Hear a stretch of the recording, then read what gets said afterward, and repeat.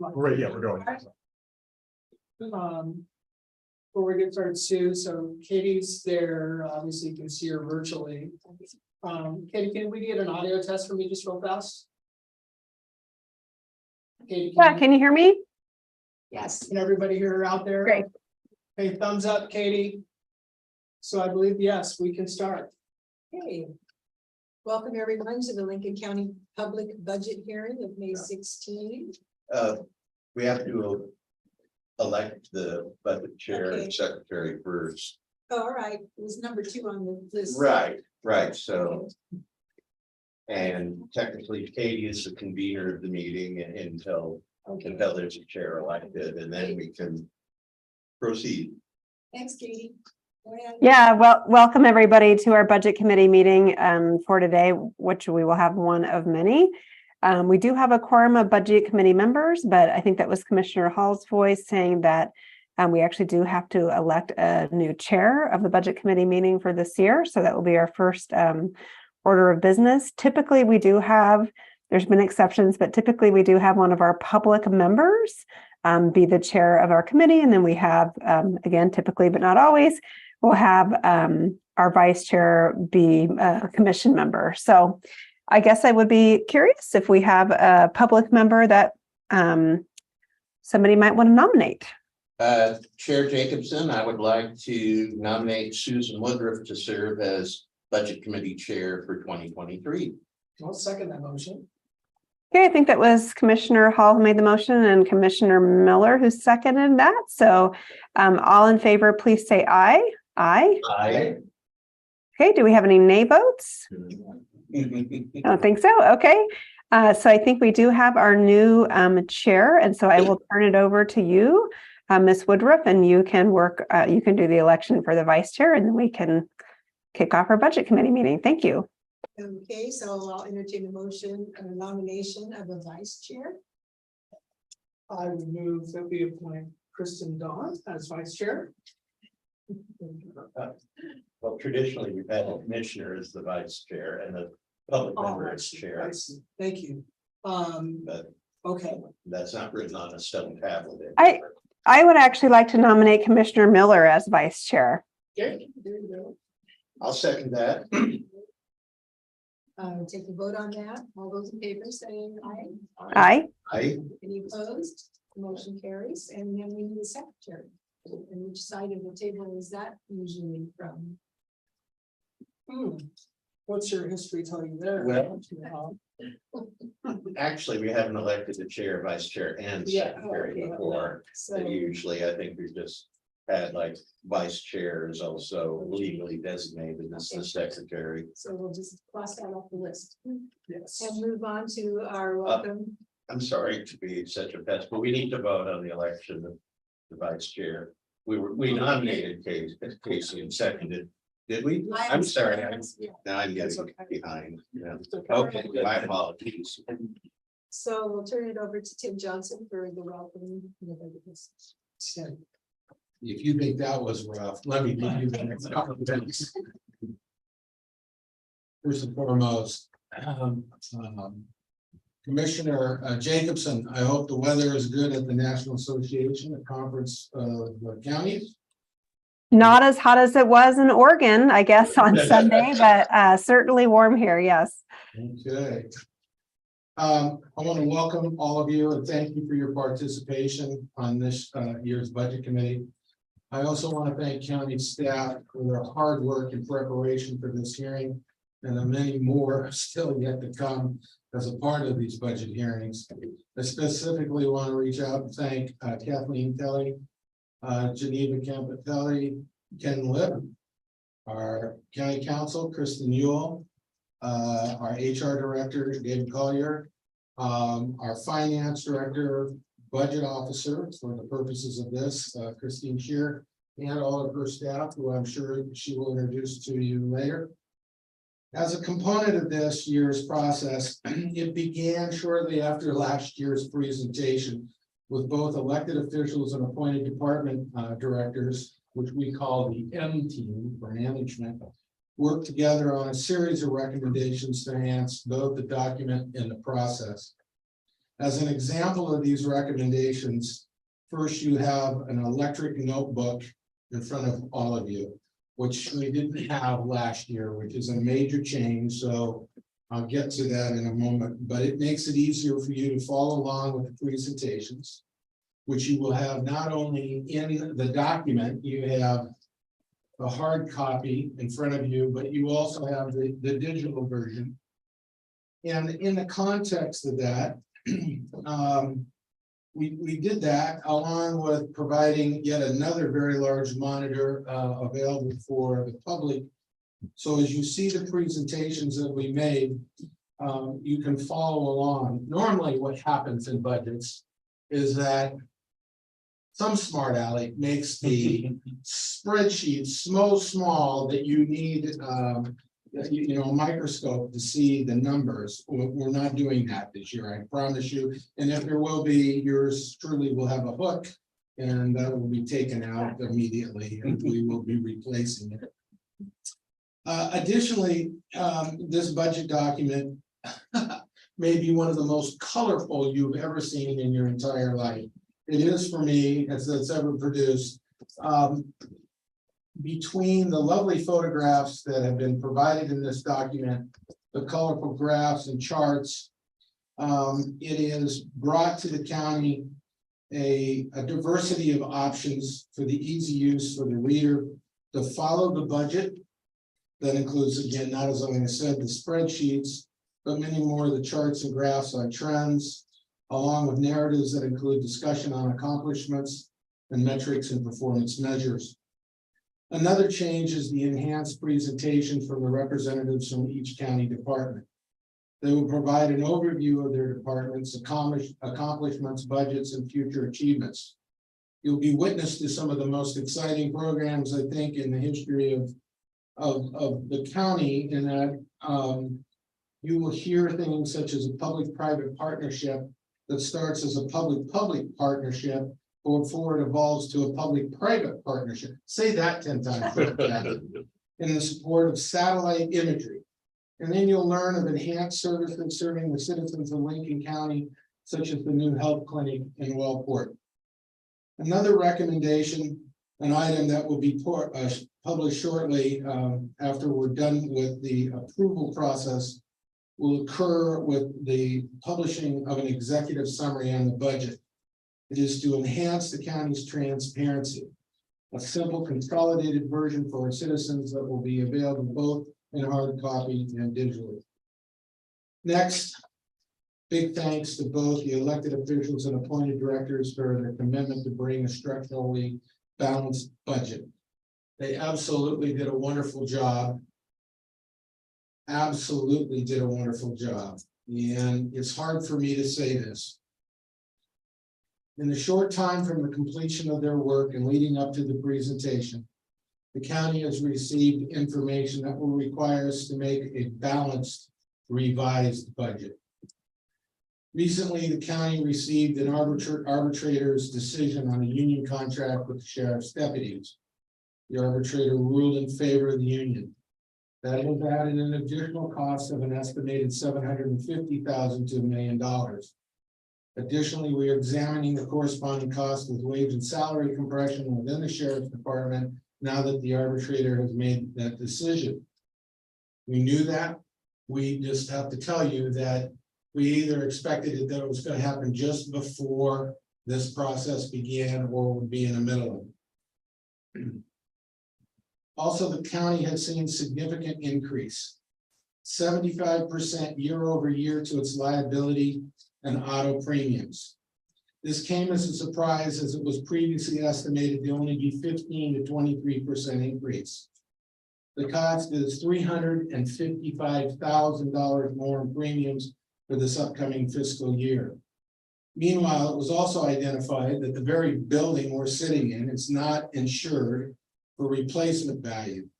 Estimates for this cost are an additional $200,000 per year. Just to recall, the reason why the commissioners hired me was to rebuild another one of these buildings, so you didn't have that kind of expenditure, so I need to get working. The county has a cumulative budget deficit of 1.5 to 2 million.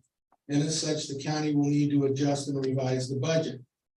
Because of the quality of the budget work that has been submitted in advance of this meeting, it was determined to make the presentations as submitted, then address a series of solutions with the M team to identify agreed upon recommendations for a revised balanced budget to present to you at the conclusion of the hearings.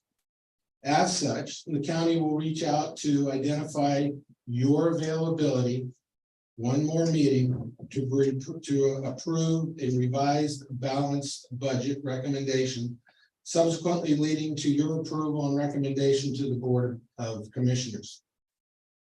I'm confident that we will have a resolution. Meanwhile, the budget continues to grow in part by the dollars gained for capital improvements and from grants. Overall, the budget is $181 million. And I might add, growing. Speaking of capital improvements, the county will be working on the renovation of the Commons Fairground as we've gotten through COVID and enable us to begin that process. And we have. We recently received $277,000 from the state of Oregon to renovate the former 4-H or current 4-H barn at the property. It is nearly completed. There are some just final touches that need to be made on the outside of the structure before we have the ribbon cutting ceremony. Additionally, there's a call to county staff to focus on the significant amount of existing federal and state grants. And this process has been absolutely successful. I herald the work of our commissioners, our chair, Katie Jacobson, and Commissioner Claire Hall. Both have done yeoman's job in acquiring grants for our county that I'll talk about and you'll hear about later during the hearings.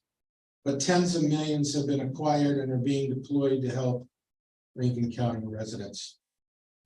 Additionally, the county leverages significant dollars to help our residents and businesses through grants. The county financially supports dozens of organizations. The county provides over 1.5 million for grants to nonprofit social service-based organizations, such as local museums, including the Oregon Aquarium, along with community and economic development programs, chambers of commerce, along with support to organizations with emergency preparedness. The county has or will have each of these organizations engaged through memos of understanding or contracts, ensuring transparency in our budget. The dollars that support these programs come from what is known as consumption taxes that include transit room tax, marijuana, gaming lottery, and cigarette receipts. These have unfortunately fallen or leveled out in Lincoln County. Because of our fiscally conservative approach, however, the county is pleased to announce that the nonprofits will not be impacted in this fiscal year. And that is because of our fiscally conservative approach that we apply and have been able to help the nonprofits. Now, if this is a trend, please understand this. We have already begun working with the nonprofits to identify other resources. So by this time next year, if this trend becomes a reality, we have other avenues for which to support them. Meanwhile, the county is impacted by the federal debt ceiling, which we've all read about and heard to on a daily basis. And who knows when the deadline truly will occur and if there are unequaled impacts for us. But for example, the federal timber support in the way of the Secure Rural Schools SRS program, which the county does rely on, has not even been voted on yet by Congress. And that is a concern. These are dollars for both public schools and our public works department for roads that are used to support such operations and improvements. Additionally, with these changes comes the State Department of Forestry and its revenues. But due to its forestry management plan, there appears to be that there will be less timber cut or harvested in the county, subsequently reducing revenue in not only through this fiscal year, but in future fiscal years. While the county has not seen extensive cutting in years, this loss or reduction, while it will be impactful, will not impact us as will other coastal communities where cutting has been more prevalent and budget dependent. Finally, as you will hear in the commissioner's budget message shortly, the county embraces a fiscally conservative approach to its budget. It is this approach that will enable us to address the costs and reductions presented. So while it appears to be a budget tightening process, the options that will be formulated may make it more of a budget pinch. As I conclude my first year with the county, I want to take this opportunity to thank the committee members, all of you, all of the members of the management team and staff for allowing me to serve you and the people of Lincoln County. I want to conclude by kind of giving you an outline of where you can go with it. You are now for the first time going to have individualized presentations. Now, this has obviously we've been impacted by COVID and have not had that opportunity. And that interface has been something less than wonderful through using, even though we have technology, virtual meetings does not still give that face-to-face personal touch that I think is really required when we're working on something like a budget. So you're going to hear presentations. They'll be very succinct and direct. We have two large departments that will take their own individual hearing dates, Health and Human Services and the Sheriff's Office. They will be providing a variety of very insightful information to you, but please don't hesitate to ask questions. Now, we will not be, obviously, you will go through 6 nights of hearings. Ask your questions. You have their presentations will be given to you in advance. However, many of them are already on our new website that you are looking at right now. And you can download those in advance of the, all of their information for the most part is in this lovely new proposed budget document. So you can acquire most of the information from there. At the end of every hearing, I ask the chair to ask our recorder if there is anyone who is online that has a question as it pertains to the presentations that have been made. And for those who are in the audience, there's a sign-up sheet here, and we will review that, and at which time they will go through that process too as well. We may not have answers for them that evening, but we will do everything we can to help answer those questions, respond to those questions. Commissioner Hall, if I could ask for you to be the official timer for the hearings this year, I'd be much obliged. Okay. So you have the timer. And with that, I conclude. If you have any questions of me, I'll be more than happy to take them. If not, let's get started. Thank you. Who is presenting the budget method? So this will either go to Chair Jacobson, or what would you like to do, Commissioner? I actually couldn't hear what was said. Would you like to read the budget message now from the commission? Actually, I think it might be easier for someone there to read it. So maybe our new chair would like to read that, or our co-chair of the commission, Mr. Miller. Let's let Mr. Miller do it. How's Okay. that?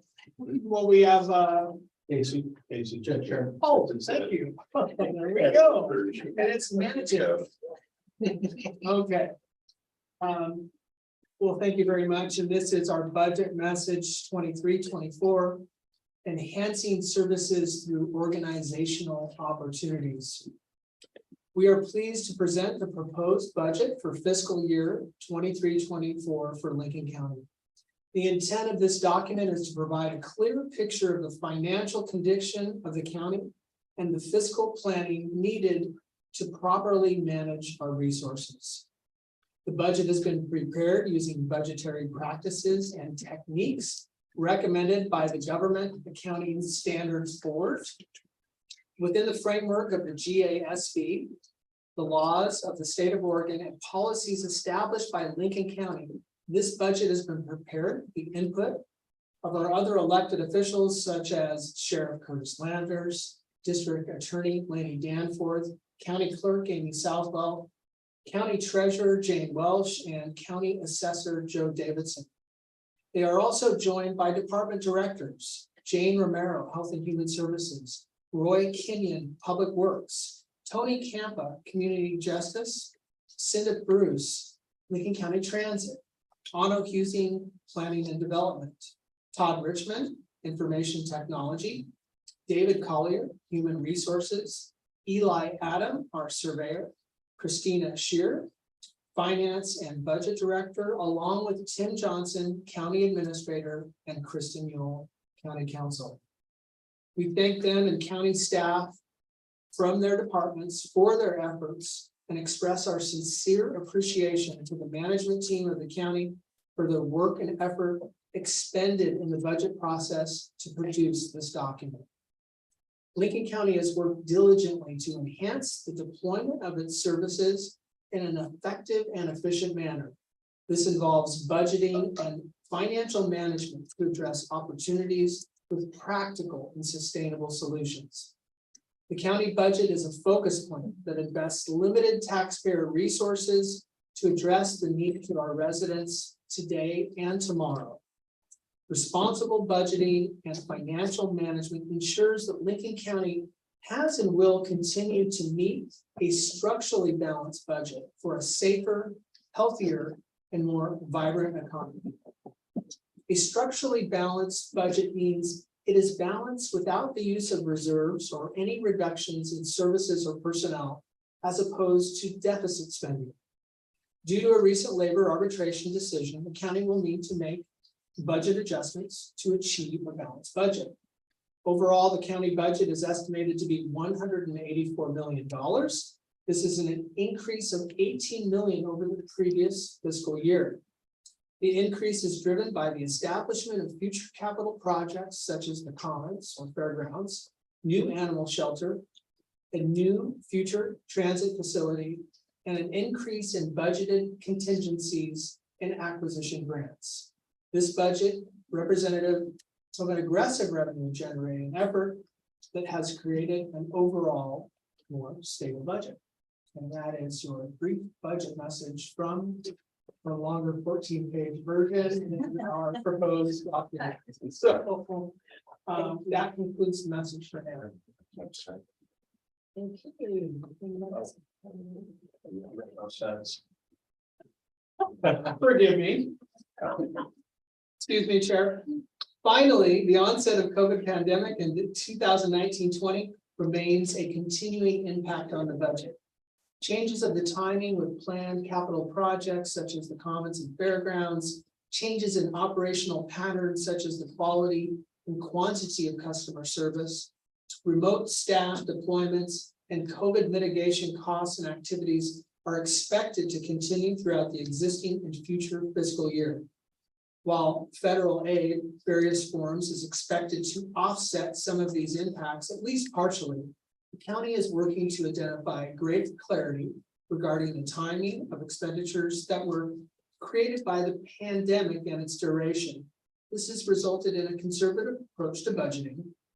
The county is attempting to prudently budget in a way that reduces impacts to reserves while still maintaining critical county services and functions. While the county is not anticipating a downturn in reserve balances, improvements at the same pace prior to the pandemic years are unlikely to be realized until the effects of the pandemic subside. Meanwhile, we recognize that in order to stay structurally balanced, our efforts will require continual focus and dedication. Strong financial management will be required to maintain the structural balance of our funds, particularly in an environment where the news of a pending economic slowdown, if not recession, which have been elevated, become a reality. We believe that the proposed budget will continue to enhance the services to our citizens that they deserve from their county governments. Now that is finally your abbreviated budget. Thank you. Okay, and then next on the agenda is the budget vote by our Christina Kier, our finance director and officer.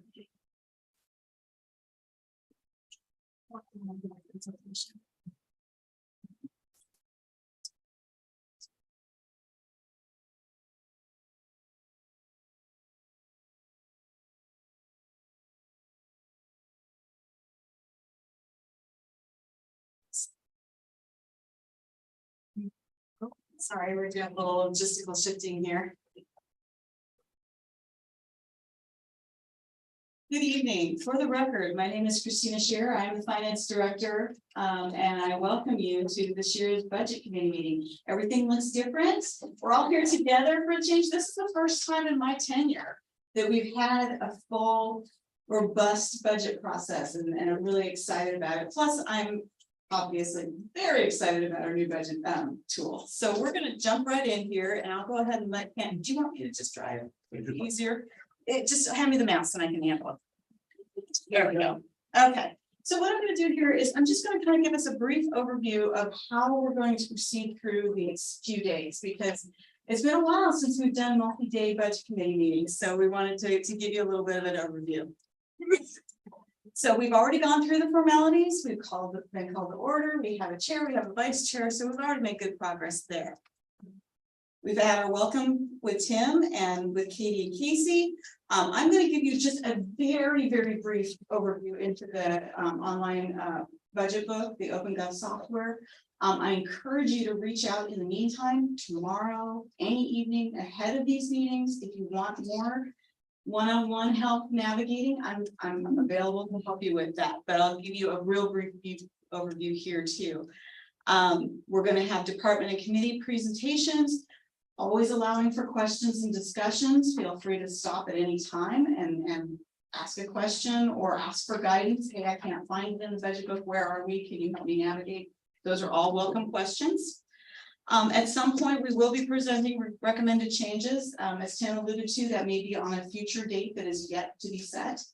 But eventually, once we go through those recommendations, we discuss and everybody's comfortable with it, we will come to a motion to approve a budget, and then we will adjourn. So that's kind of the high level process overview.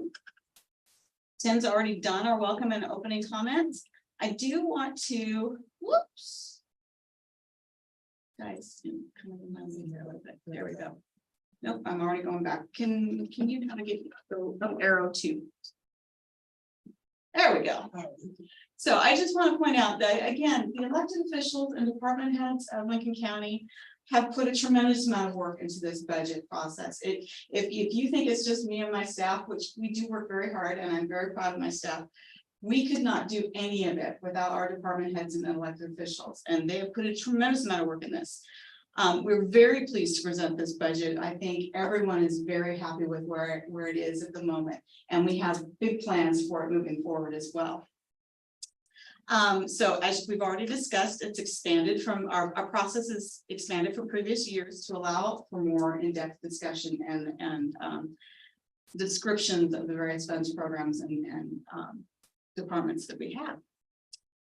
So the online budget book. So in front of you, you've got your tablets, and I hope that you all have the online budget book there. But if you don't, if you're just on this budget committee page, what I really want you to do is find the link that says fiscal year 2024 online budget book.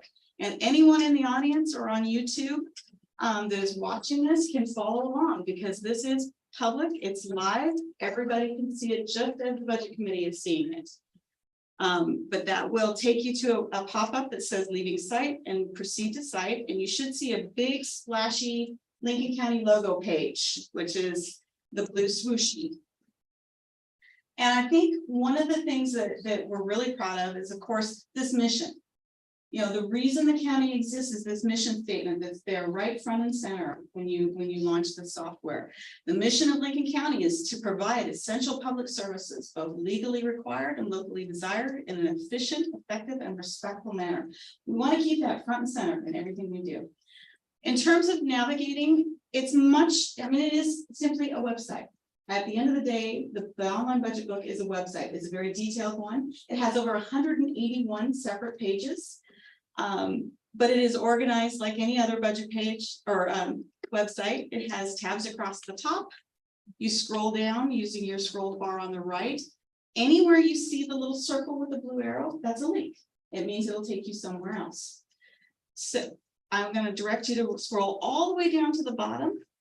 At the bottom of every page, you're going to see these 3 links: the budget homepage, the table of contents, and the Lincoln County website. The budget homepage is this landing page that you're seeing here. The table of contents is the page I want you to spend a lot of time on. That's going to be your launching point for everywhere you go in the budget. And if you ever get lost again, you can always hit that Lincoln County website and then re-navigate through again. Before I move on, are we good? Okay, I want you to go ahead and click on that table of contents link. It should bring up again the Lincoln County, welcome to Lincoln County road sign. It's kind of a really cool picture. This table of contents page is your roadmap to the budget. You will notice that it's organized a little bit differently. If you think of budgets printed budgets that we've done in the past, they've been very heavy on fund numbers and department numbers, and they're organized by number and they're in numerical order.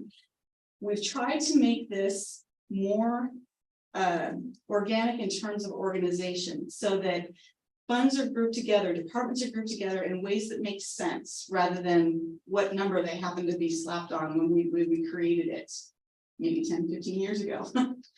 So we have organized our funds and the departments in operating funds. These are ones that have people and missions, and they get things done every single day. Then we have special purpose funds, which these are funds that are set up for a very specific purpose. They have funds that are dedicated to that purpose, and generally speaking, aren't operational in nature. They ebb and flow.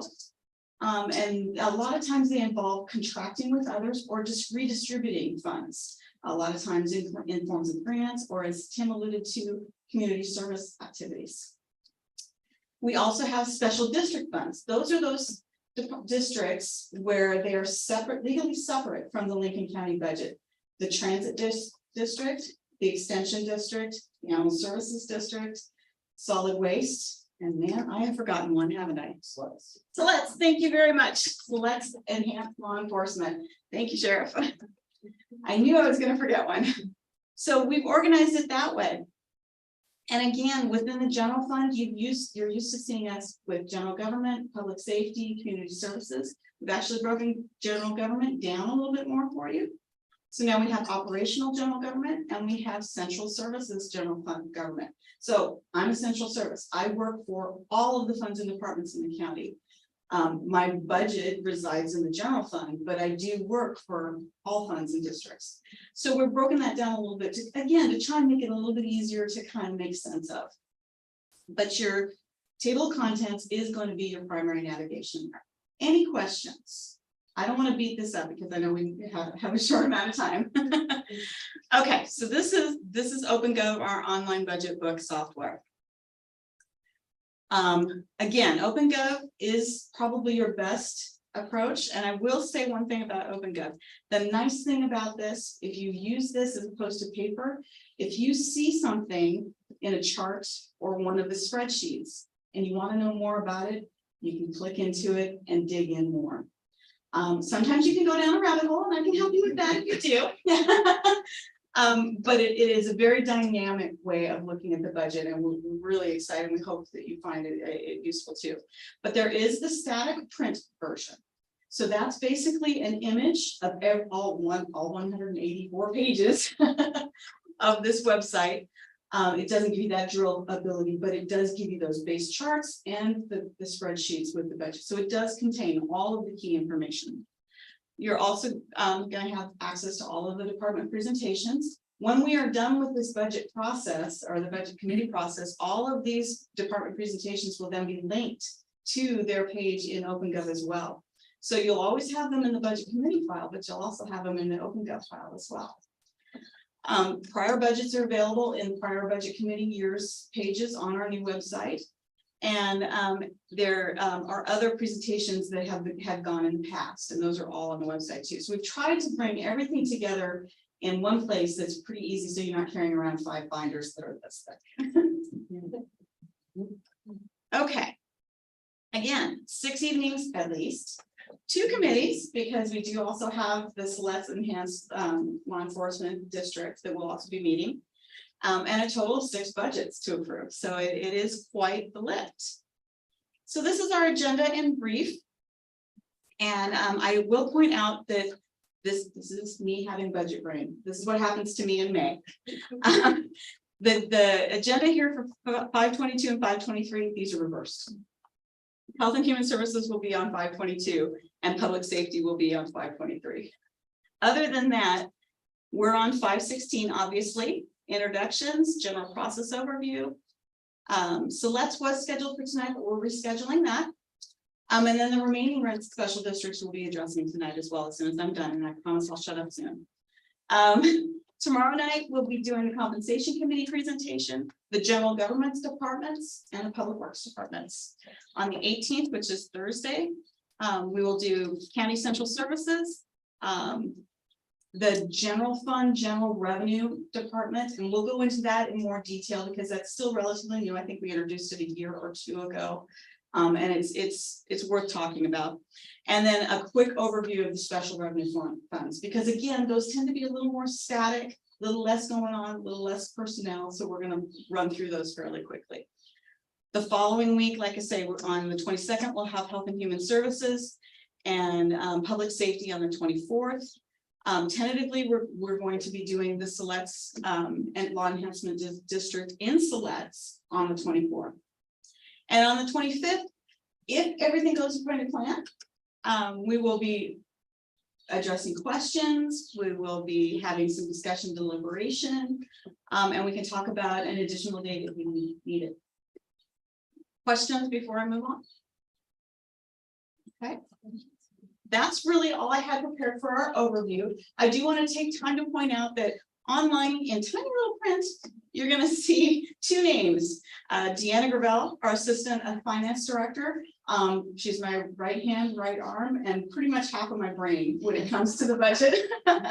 And Renee Card is our budget analyst. She also has done just a tremendous amount of work on the legwork, getting these pages, all of them proofread and uploaded. She's been working on our website, getting all of this information ready for you.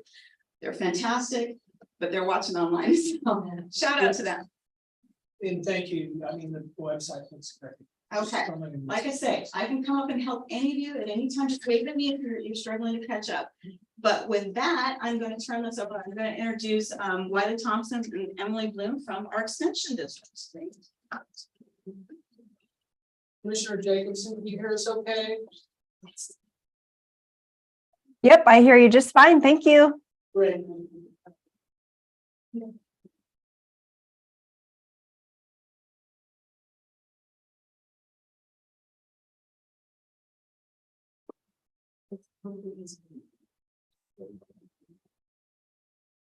Before we have the staff report, let me open the public hearing for the Lincoln County Extension Service District Budget Committee to present the budget message and to take public comments. So I'll turn it over to you for the presentation. Thank you.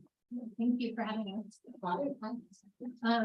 We opted not to do a PowerPoint presentation only because we made the sheet that's in front of you for our Extension Advisory Council meeting that we had a month ago. So that's kind of our highlights of the last year, what our programs have been doing in the county. A couple highlighted items, I guess. Our small farms program, Abby Smith has done a needs assessment of our small farms in Lincoln County, and she's published about 5 articles on water management and weed control. So she's been busy doing that, and she's currently doing a project located in Lincoln County, but a little bit up in Tillamook and Clatsop County for the forage. the forage. With forage and grasses have been so unique with our growing environment in the Coast Range, on our coastal environment. She's been doing some work, and there was a study done quite a while ago. And Chip Bugle, I don't know if many people know Chip Extension. He's been serving for about 44 years. He's over in Columbia County, and he said it just really needed to be done because the data is really different. So Abby's actually taken that on and working with some campus researchers to update that data and get a better workflow on what works that reason this year. Another highlight is we've welcomed Heather Tower, who was our 4-H administrative program assistant. She is now our 4-H program coordinator. Todd Gulliver has left for a statewide position with OSU Extension. So that's a change. And then we purchased a van, a 12-passenger van. We've got it branded with a Lincoln County extension on it, and it's been getting a lot of use by all of our programs and being driven around the county, which has been a big addition. And then our SNAP Ed program, Beatrice has been very busy. She's gotten quite a few grants, one specifically from Lincoln County, a community resource cafe event, and she had one a couple weeks ago here in Newport. We had Newport City Fires, police, city police. We provided information in Spanish and in the Guatemalan language. And she's actually got another one tomorrow up in Lincoln City. And I believe Sheriff We also Landers. had, at the Newport event, we had the sheriff's team and 3 of those incredibly talented people right back there. Raise your hand, don't be shy. Yes, get those mitts up in the air, right? They were there as part of this effort, and we brought public safety, fire, disaster preparedness to people who aren't very well integrated into community. And we can't do this work just on our own. We only do, we only serve well when we partner. And they just showed up and just teamed right up. And they're gonna, I think Sheriff Landers said they're gonna be up there. You're in with there, oh, new victim. All right, good. All right, we like that. So we don't know where people out, but we appreciate the partnership. And then, let's see, we've had quite a few mental health first aid classes that Dusty now has kind of facilitated with Family and Community Health, and she's actually, we're gonna be having one in June, and it's gonna be taught in Spanish, which is a new addition to this post program, and so that will be serving, I don't know how many people have been signed up, but that'll be a 2-night class and extension office. And then I've had the pleasure of working with Commissioner Jacobson on the Septic and Well grant program, and I've got Chrissy Lucas and Kelsey Free, who are Benton County Extension staff. They're also collaborating, and we're running that program, basically reimbursing fire survivors for their septic and well replacement and repairs.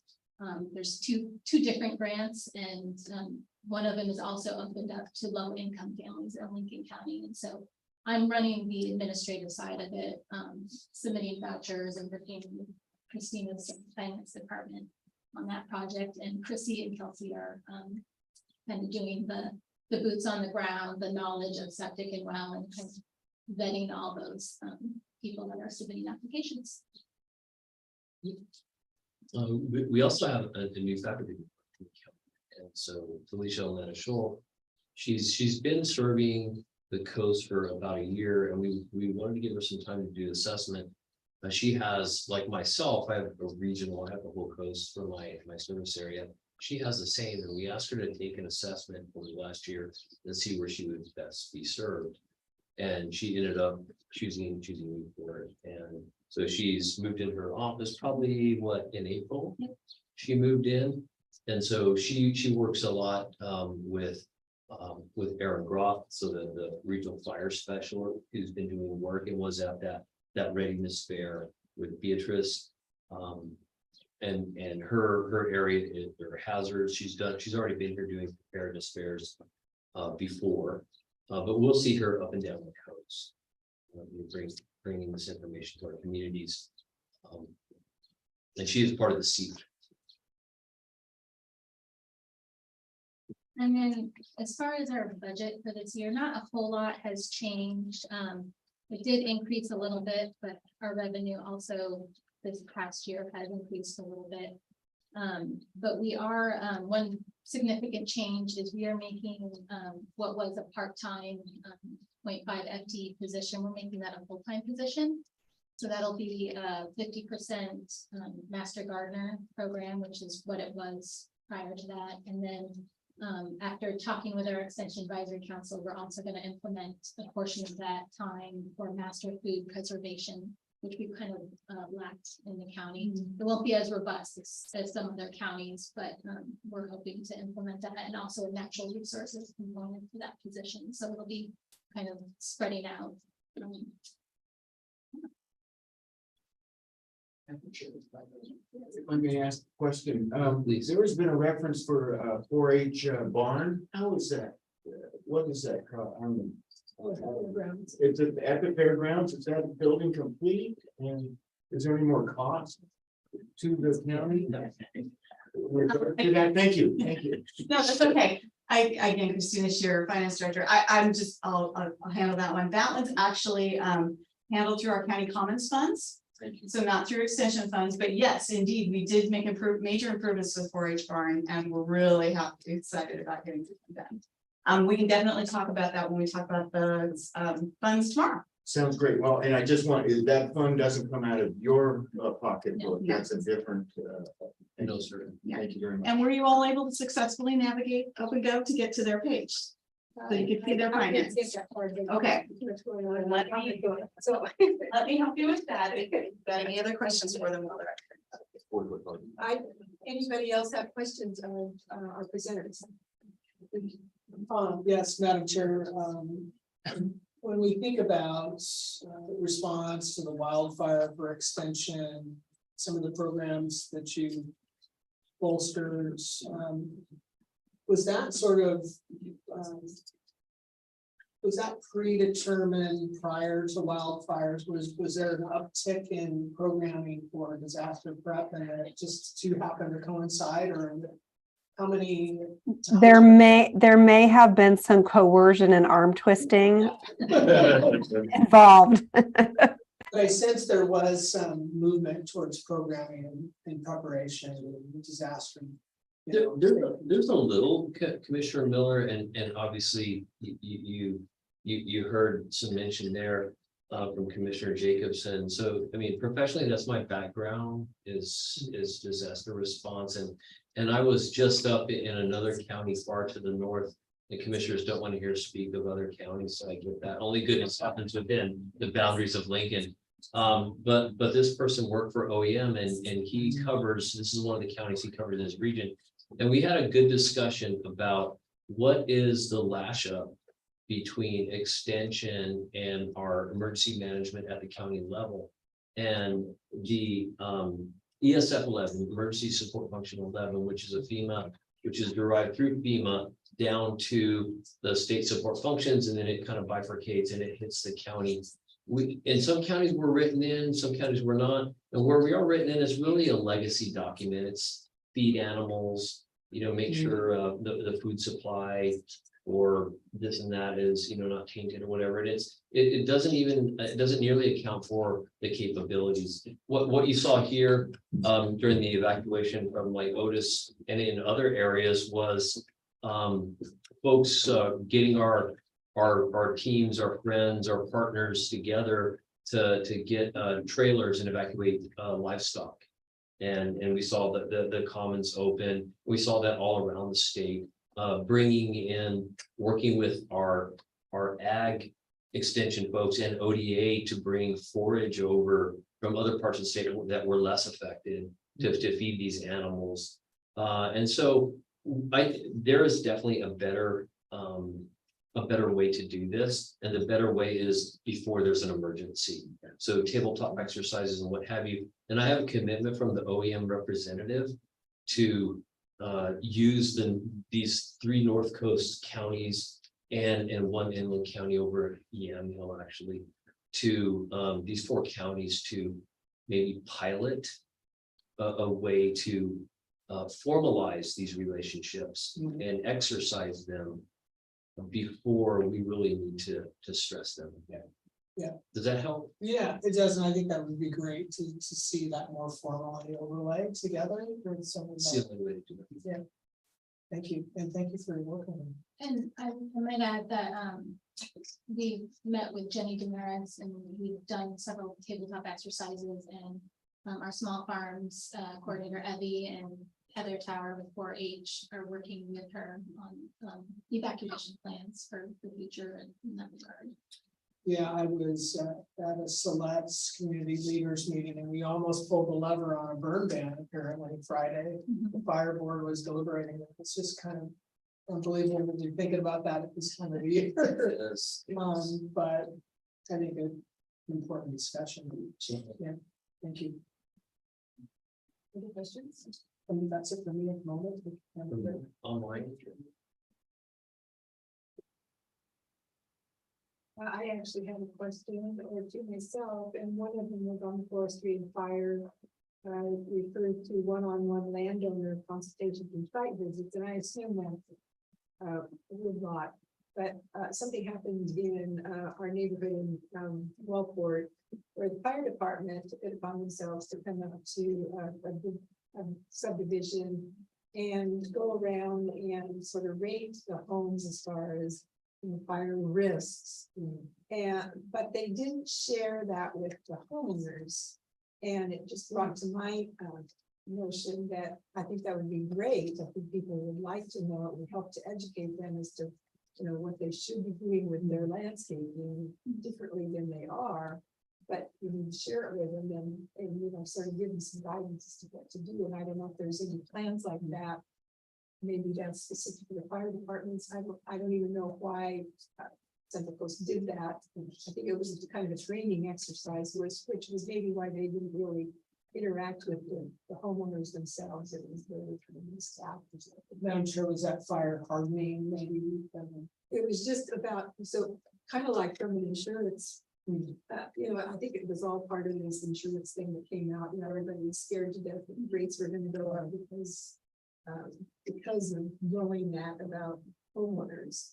But again, it's pertinent that for homeowners. So I think hopefully somebody kind of takes that on as some kind of education process for homeowners. And then the other question I had was on the building or renovating 6 community gardens, etc. And I was wondering if that help is available to cities. Or who the customers are for that service. It's under your family and community. That was, we had that in the grant. Okay. So it was a known grant. They competed for a national grant and they, these were projects that we had. There was at the Commons and then we had some that were up at the community college of Lincoln City that were funded specifically Okay, so for that's kind of a hoop big houses and just to renovate and domestic gardens or whatever. They are, some of those gardens, they're at the high school in Lincoln City and I think one of the churches, but I think the long-term idea with that is that either those families that are using the garden will then take over and maybe combine to pay for water, or working with the city and hoping that they'll take that over and potentially pay that water bill or be okay with that. So that's just the long-term idea. Okay, the sustainability. We pretty well for it as well found itself. What was the seashore community garden? So obviously we're interested in stuff like that. Any other questions? Anyone from the audience that would like to raise a question? So it's not, sorry, you didn't public input. Yes, yeah, and then I'll check the current, right? Oh, you're going to take around, well, Yes, okay, so they're included right now. then. So okay, works so on- they're not available for And then- questions. We usually don't ask questions from the audience if you're taking public input from, Okay. so anybody who's signed up and wants to testify or. Okay. So do we It's a have public anyone- testimony. we have anyone signed up? And anyone online, I assume that's part of it too. No, there's nobody outside. There's just, yeah, it's just. Oh, sorry. Okay. So we'll not close, but continue the public hearing and move on. And thank you for your presentation. Thank you very much. I appreciate it. And we will open the public hearing for the solid waste disposal service. And introduce Paul Stein. Thank you.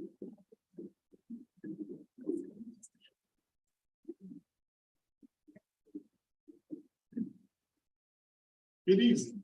Paul Knight, Lincoln County Solid Waste District Manager. And I'm Roy Kenyon, Lincoln County Public Works Director. Good evening. Here to present to you our solid waste district and have an overview of our program. So using our new form, I get to be the first one to present our new format. All right.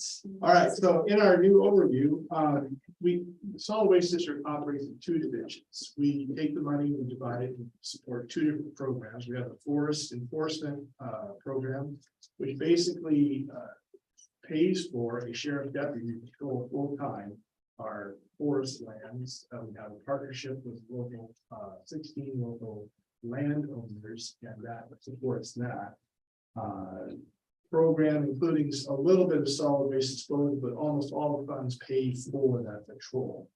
The other program that we have is the administration of the solid waste district, which is really an education and collaboration focused program. We meet DEQ state deadlines. Deadlines meaning education requirements, state and state law. We work with the haulers and the collaborative, work with the cities and the collaborative, and it's to make sure that we stay within our solid waste watershed, waste shed. So we have a waste shed, rules, and we work collaboratively to make sure that those programs put together. So I'll give you a quick overview of some of those programs and the things that we do, and then we have a new thing at the end, which I'll kind of get into, which is our RV program and our budget. That's the actual budget component I want to talk about. Last year was brought up about my contingency in the program, so we'll kind of dive into that for 2 seconds too. But in a snapshot, we support anything from beach cleanups to sustainability programs, to waste reduction education, recycling education, compost education, and almost all that's done in collaboration with the haulers in the cities that I mentioned. Key events that kind of happened last year that might trigger some thoughts of what we do, or the examples. We have like the old tire roundup that we started. So people can get their tires off the back 40 of their property, get rid of mosquitoes and mosquito habitats, that is. And last year we collected about 3,000 tires at our local transfer stations. The monies also support the Coastal Caribbean newsletter, which we issue on Earth Day each year now. And in it, we satisfy a lot of those DEQ requirements of education, of making sure we inform the public about what we're doing in the community to do waste reduction or how to participate. We have home composting booklets, cleanup resource guide for law enforcement in case a person, they are trying to help someone do it. They can hand them a guide which says, here, take it to these places, do these things with it. And then lastly, we have the 4th of July cleanup, which we call it July 5th cleanup, actually, which is the heaviest use of our beaches and abuse of our beaches that does occur. And we kind of coordinate a regional effort with that across the cities and the haulers, and work with Surfrider. It's been a wonderful relationship. Our budget is pretty straightforward for the administration of this program. Most all of that money goes to either salary or to fund these different pieces I just described. One element, which is the big element here, last year it was not in this budget, but it is this year, is the RV abatement program. So that's what I mentioned earlier. We came to you last year with a heavy contingency. We've over a number of years, there's been what's called a Juno project over here in Toledo. It has been paying more in solid waste fees than we have anticipated in our budget. And this is the way to describe that. And so we started accumulating that money and trying to decide what was the best use of it. The pandemic brought a very clear picture for us, which was abandoned RVs. Across cities in the county, we've had quite an issue with those. And so we came to our board and suggested that we do a contingency transfer and put into next year's budget a $500,000 program to start eradicating this problem in our community. And so that is really, when you see my budget being very large, that is where the bulk of the money is. It's sitting there waiting to be spent on removing RVs. The rest of the budget is just paying for staff and beach cleanup material and a few brochures. So it is really the lion's share of that budget. Next year, in the 23-24 budget, we are going to launch and go into this abatement program full speed and hopefully get rid of 50 to 100 RVs if we can get up to that number with this money. We are really going after it. We're going to try some partnerships with the Forest Service and other places as well. At this moment, we're dedicated efforts towards that, removing these RVs. We're going to publish the new household hazardous waste booklet focusing on toxic and harmful materials. And we're going to introduce a lithium battery program with the haulers. You mentioned insurance rates, or as the county and cities have been dealing with them, haulers have also been dealing with those. And one of the key features there is lithium batteries are causing fires across the nation, not just in our community. In garbage cans, because lithium batteries get destroyed, can cause fires and then get very crushed up in garbage cans and trucks and transfer stations, and they burn them down. So we're going to do a campaign to help eliminate that with these funds. So that's a quick 100,000-foot passover of kind of what we do in the program. And I thought we the rest of the time, if you have questions, concerns, or questions about how to things. Sorry, Commissioner, did you have? No, Madam Chair, if I may ask. Thank you. The private public partnership with this RV lot. Yes. What is that private partnership? I didn't notice anything that was mentioned on private. Can we get with some of the RV dealers and see if they can cooperate with?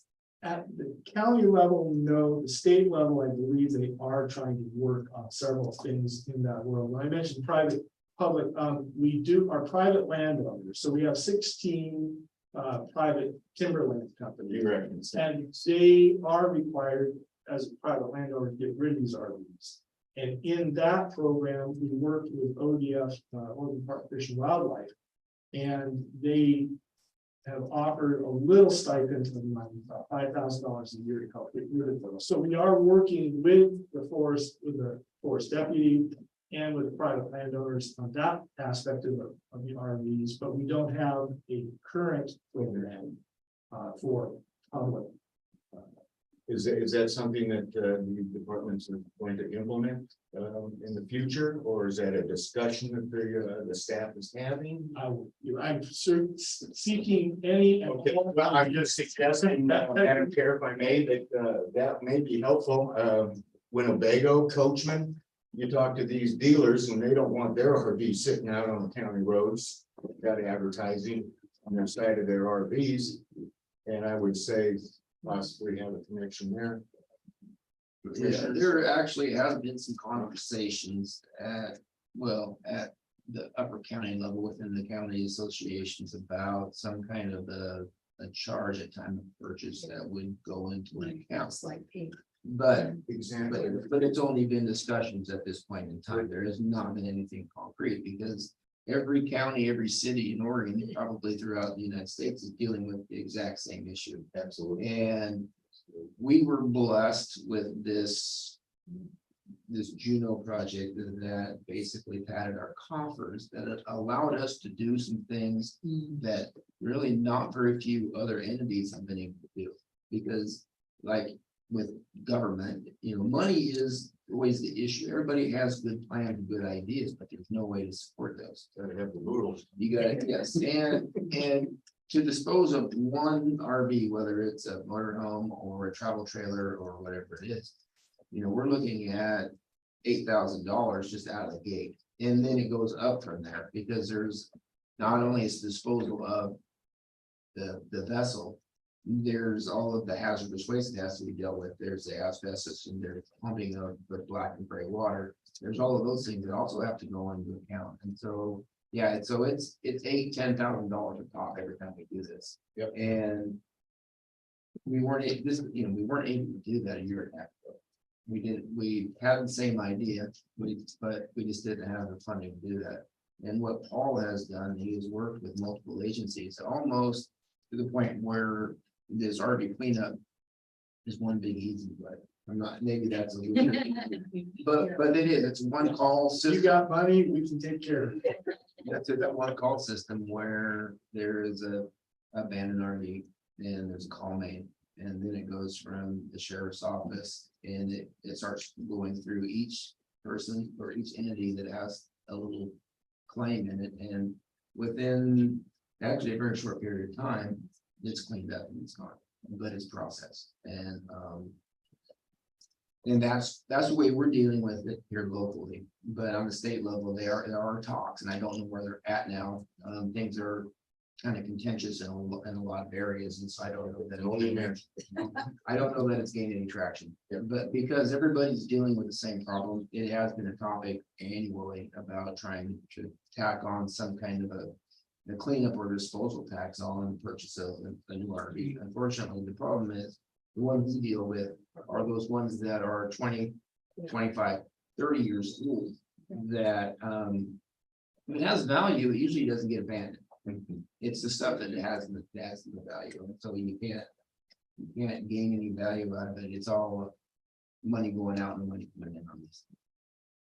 And then, Madam Chair, if I may ask on the batteries and stuff, now that we're now looking at electric vehicles and a lot of those areas, what is our disposal costs? So what's really nice for you, the consumer, our local haulers have all agreed that there will be zero disposal costs for you. For the county. And the county does not receive any charges. So we do not spend any of our dollars, district dollars or county dollars on disposal of that. Now baked into your cookie someplace in the rates. They're gonna catch it. In the state, but that is actually part of the e-waste program. They've not directly attached to that program, but if they're gonna take in e-waste, all your computers and other stuff, they decide, our local haulers decide they're also gonna accept lithium batteries and all batteries, as a matter of fact, at no charge. So I believe that's a brand new policy that's gone in because of exactly these kinds of programs.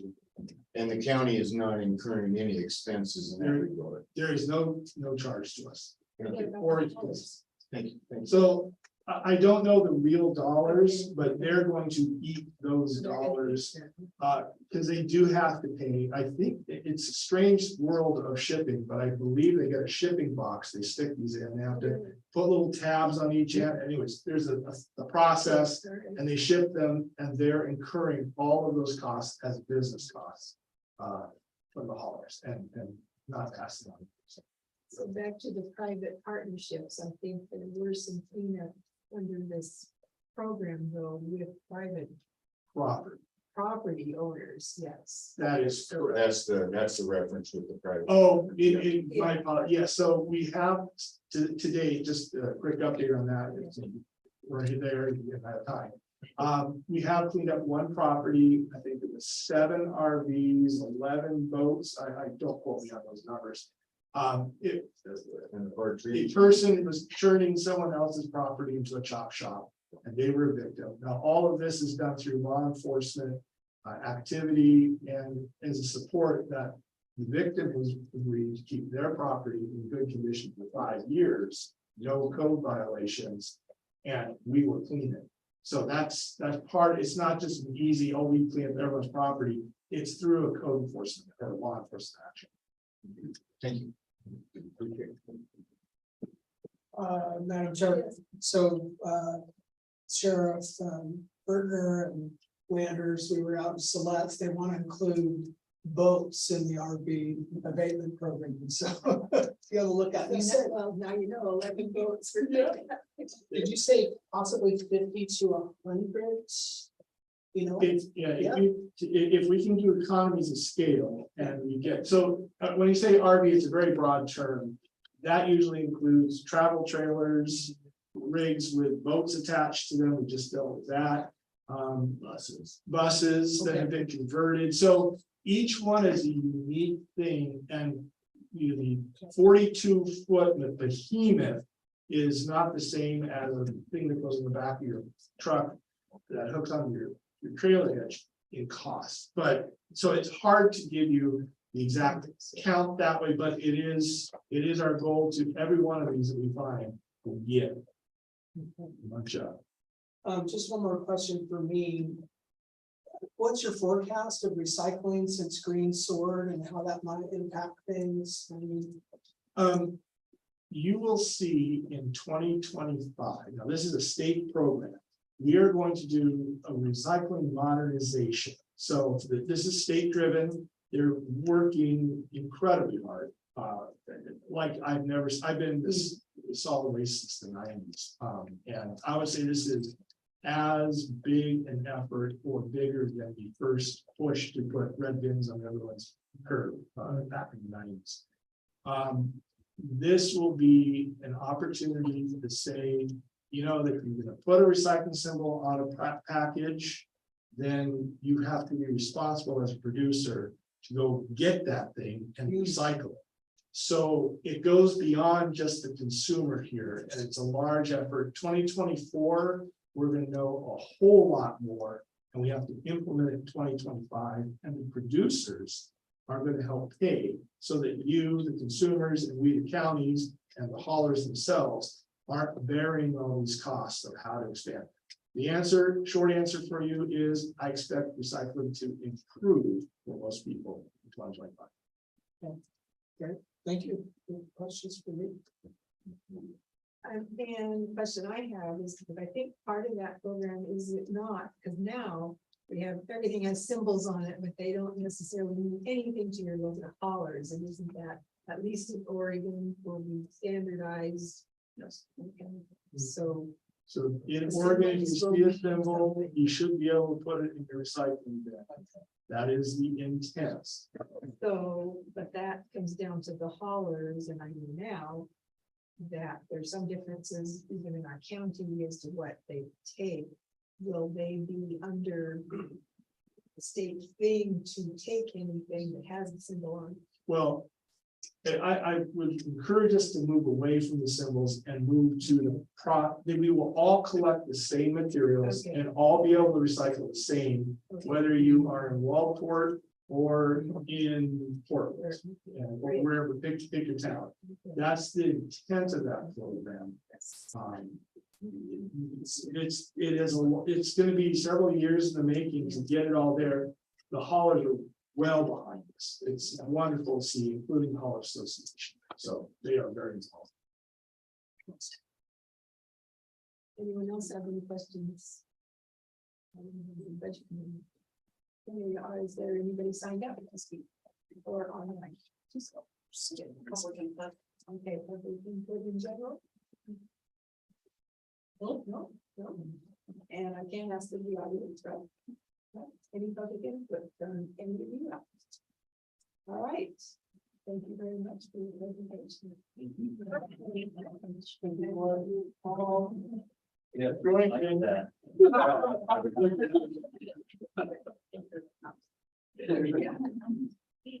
So we'll recess that public hearing and open the Lincoln County Animal Service District Budget Committee presentation.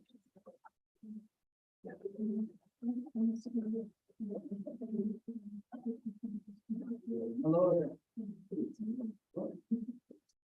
Would you guys like to run your own song? Or do you want me to do it? I'm kind of running that one in front of me. I have to do both, but you want to drive? I'm good. For the record, Curtis Sanders, Lincoln County Sheriff. And Sarah Weinbeam, Lincoln County Animal Shelter Manager. And just for clarification, the Select boat is a boat that's on land that has been used as a motorhome with somebody living in it. So it's a little different circumstances, but just one in water and it's a pretty large boat too, just for clarification. Okay, slide is up and we'll get started with the Animal Services District.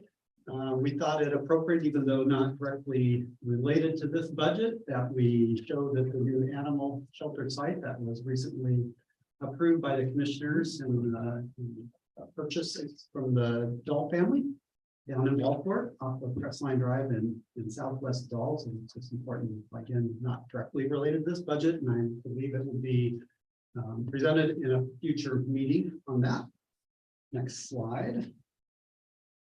So the animal shelter, here's animal shelter manager Sarah Langton, and basically the animal shelter is committed to providing a safe haven for our community's animals by protecting animal welfare and public safety, rescuing, reuniting, rehabilitating, rehoming animals in need, help keep pets and families together, and promoting responsible pet guardianship and licensing and education. As you'll see in your budget, this all comes from a taxing district that was passed in 2012, where every taxpayer in Lincoln County pays 11 cents a thousand or assessed value, whether you live in the city or not. The animal shelter represents everyone. The animal services team go out and do that. The overview of the team is obviously we have our animal shelter manager. We have 4 animal care specialists. We have 2 animal services deputies. Again, they work for the sheriff's office, different than our patrol deputies. These 2 serve everyone in all of the cities and every aspect of the county.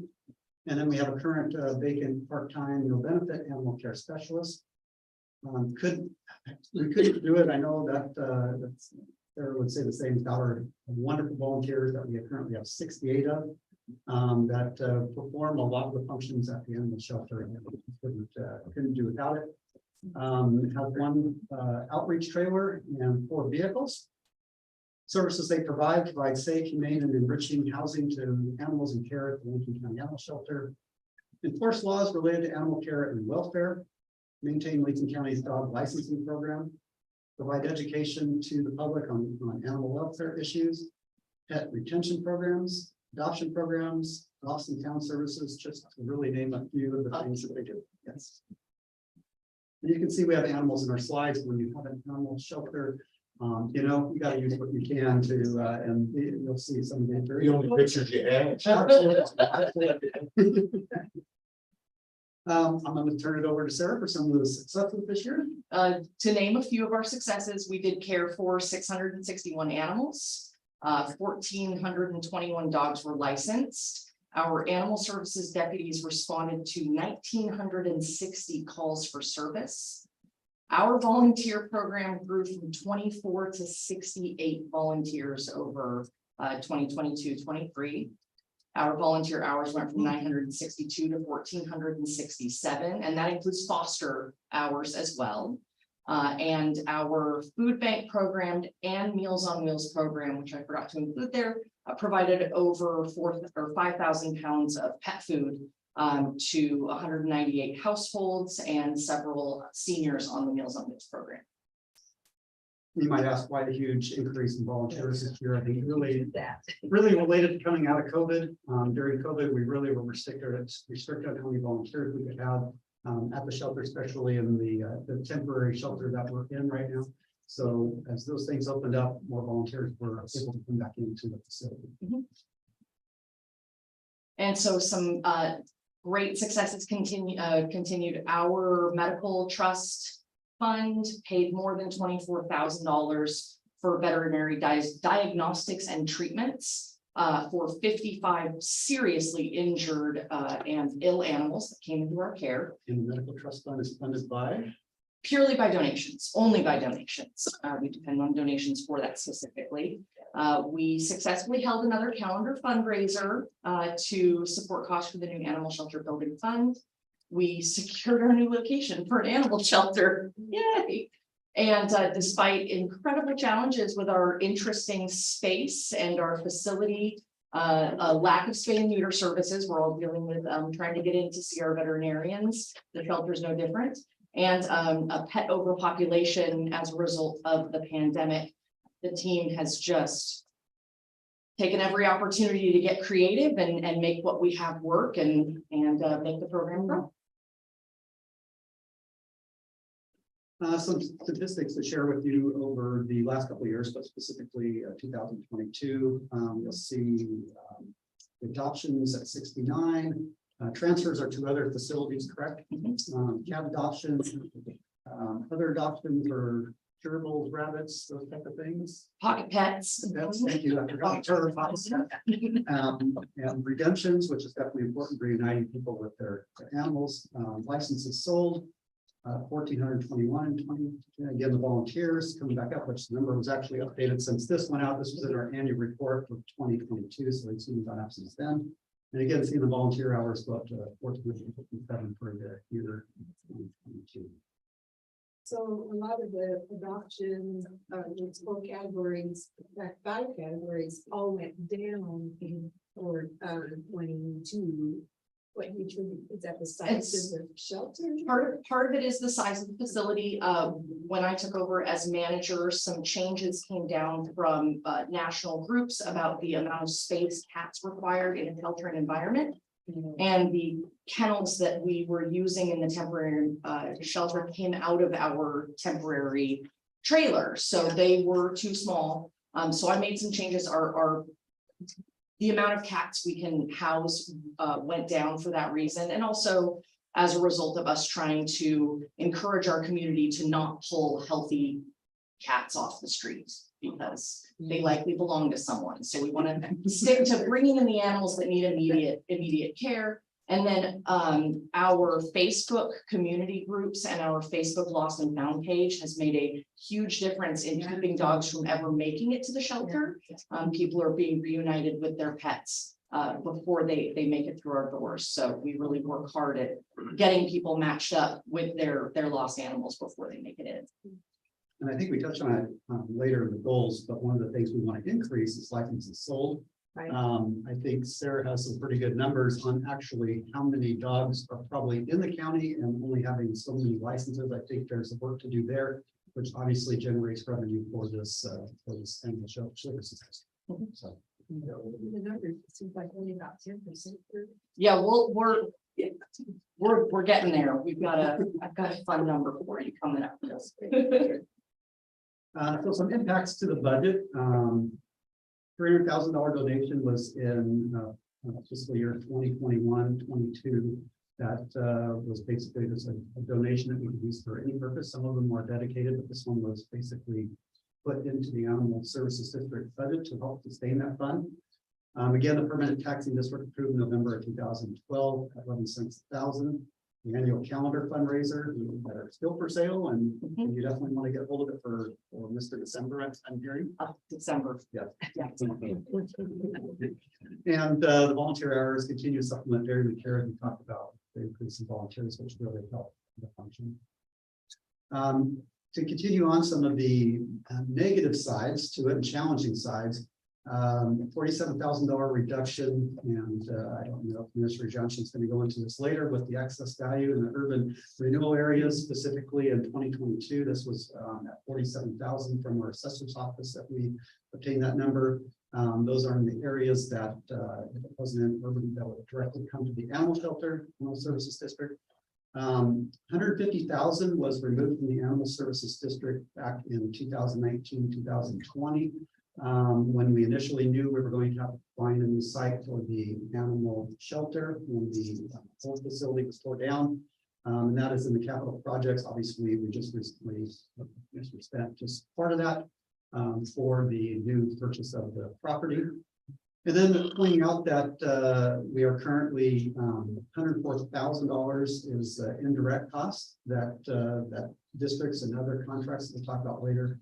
When we go to Sheriff's Patrol that we pay for, that's in 2024, 2025. The one thing I point out about that is that actually began coming out of this fund in 2019, 2020, and was not previously collected out of this even since the past. The reason I say that is that I don't believe, again, I was not sheriff at the time. I was not directly impacted, but partially impacted. I did work here as far as how that district was formed. I don't know if that was included in the initial budget as far as the long range forecast on including that. As you can see, it's a pretty substantial number. We're going to talk a little bit about some numbers here in a second. I don't disagree with that coming out, because obviously there's a lot of services that go into having a district like this, you know, all the services, legal counsel, facilities that have done a tremendous job on the animal shelter, the current location, human resources, finance, all those things are definitely a piece of that cost that goes into having that.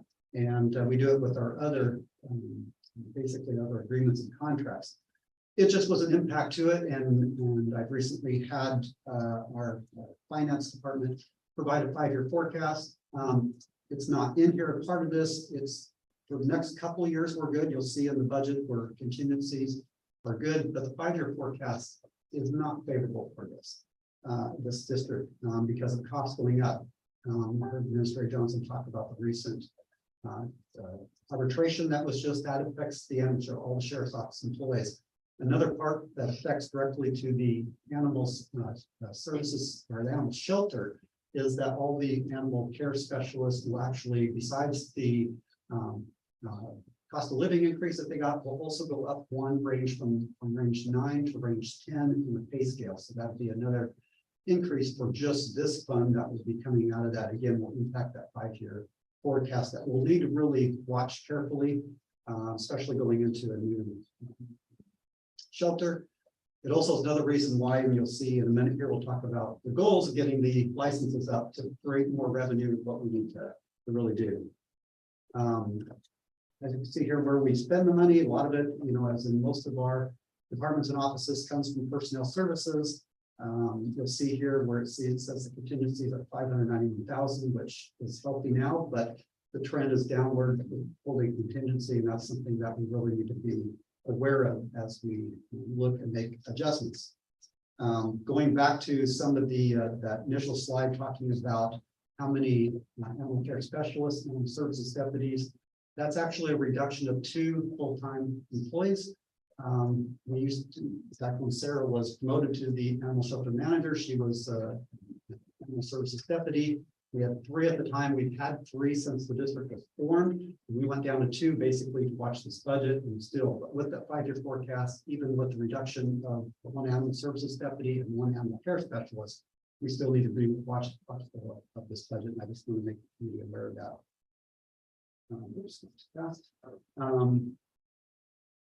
This slide really represents the budgets over the last few years.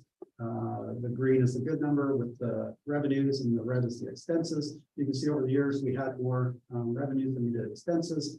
The current year and next year show balance because it shows the contingency built in to those budgets. And while we have been good, there are some numbers that, again, that we're reflecting again in the 5-year forecast with a lot of changes that we need to watch.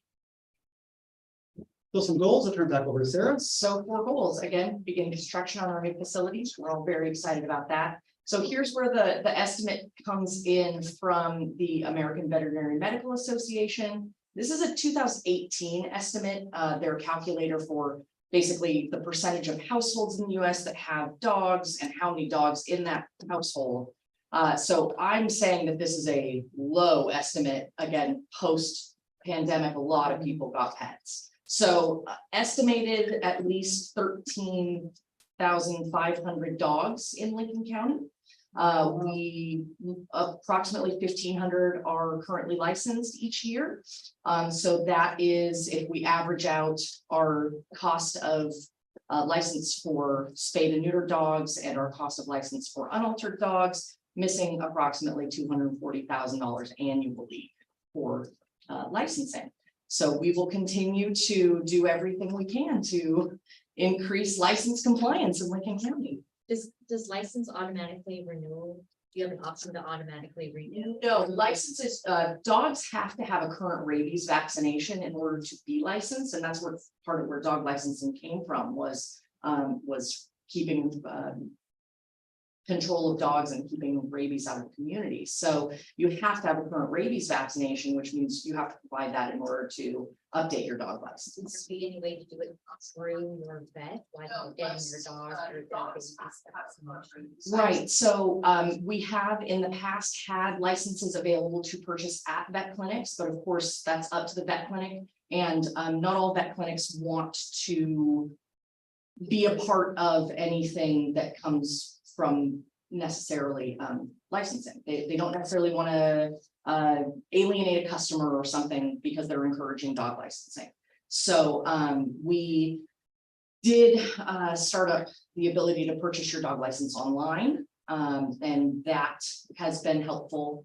You can always purchase it over the phone, things like that. So we do everything we can to make it as easy as possible. And part of what we are going to be doing is launching a new shelter software. Our current records management system is part of the records management system that the sheriff's office was using and was kind of built for us. And it's just not working with where we want to go. So we're going back to a purpose-built animal sheltering software that keeps us up to date for all of the requirements by the Department of Agriculture, and also will offer some online opportunities for purchasing dog license, for uploading your rabies information, and doing some online adoption application type things as well. Do people at least get a reminder when they're? Yeah, so in the current system, people get emails, people get letters. We've always sent out letters in the past. So the license compliance has not really changed over the 15 years that I have been part of animal services. It's kind of the same. And so we're just going to be, again, working on new ways to get it out there and just try to get the public to purchase their dog license. I think between outreach, enforcement, just getting the word out, really, people really support animals in this county. Obviously, they already pay 11,000. It's really getting word out. You can help further support that. Just make sure your dog and your neighbors and everyone else's dog is licensed, because that's a huge revenue piece that we're currently missing. And then launching the new software. We are currently in a contract with a company that was not favorable, I would say, to supporting this mission, and our time is going to be coming up for that. And we're going to be instituting this new program, not only not favorable for promoting it, but also for the fact that they take a large portion of that revenue coming in from selling those licenses for themselves. And it was approved a while back. It was a bad idea. And having this new bringing Sarah back in and really go out and reach out and see what's going to make better use of a software program to help accommodate this need with the dog licenses, and this program would be much better. We just have to get out of the contract. Shelter Buddy is the new one. Shelter Buddy is the new, correct. The new old. We were there once. We were there once. Thinking we saw the new shiny penny, and it turned out not to be expected. Yes. So, Happens. So we've been doing great work with our partners, Central Coast Humane Society and Friends of Lincoln County Animals, in supporting pet retention programs, trying to increase spay and neuter and veterinary services for the community at large, so that people aren't having to part with their pets. We're trying to keep animals out of the animal shelter. So we've been working on really digging in and trying to find out from our community what they need and where we can get services to them. And then we're going to continue to develop options to maintain accessibility with a move to South County. And again, folks getting accustomed to being able to do things online, do things remotely. We want to make sure that everything that's appropriate for animal sheltering can be done that way, and be as efficient as possible, so that the things that can't be done online, can't be done efficiently, like introducing two dogs to each other, we've got plenty of time to do it, so that we can send animals home with the right families. Madam Chair, if I may ask, on the revenue side, you had mentioned you're losing 24,000 a year for licensing. Is that just an estimate, of course, but It's an estimate of 240,000. 240.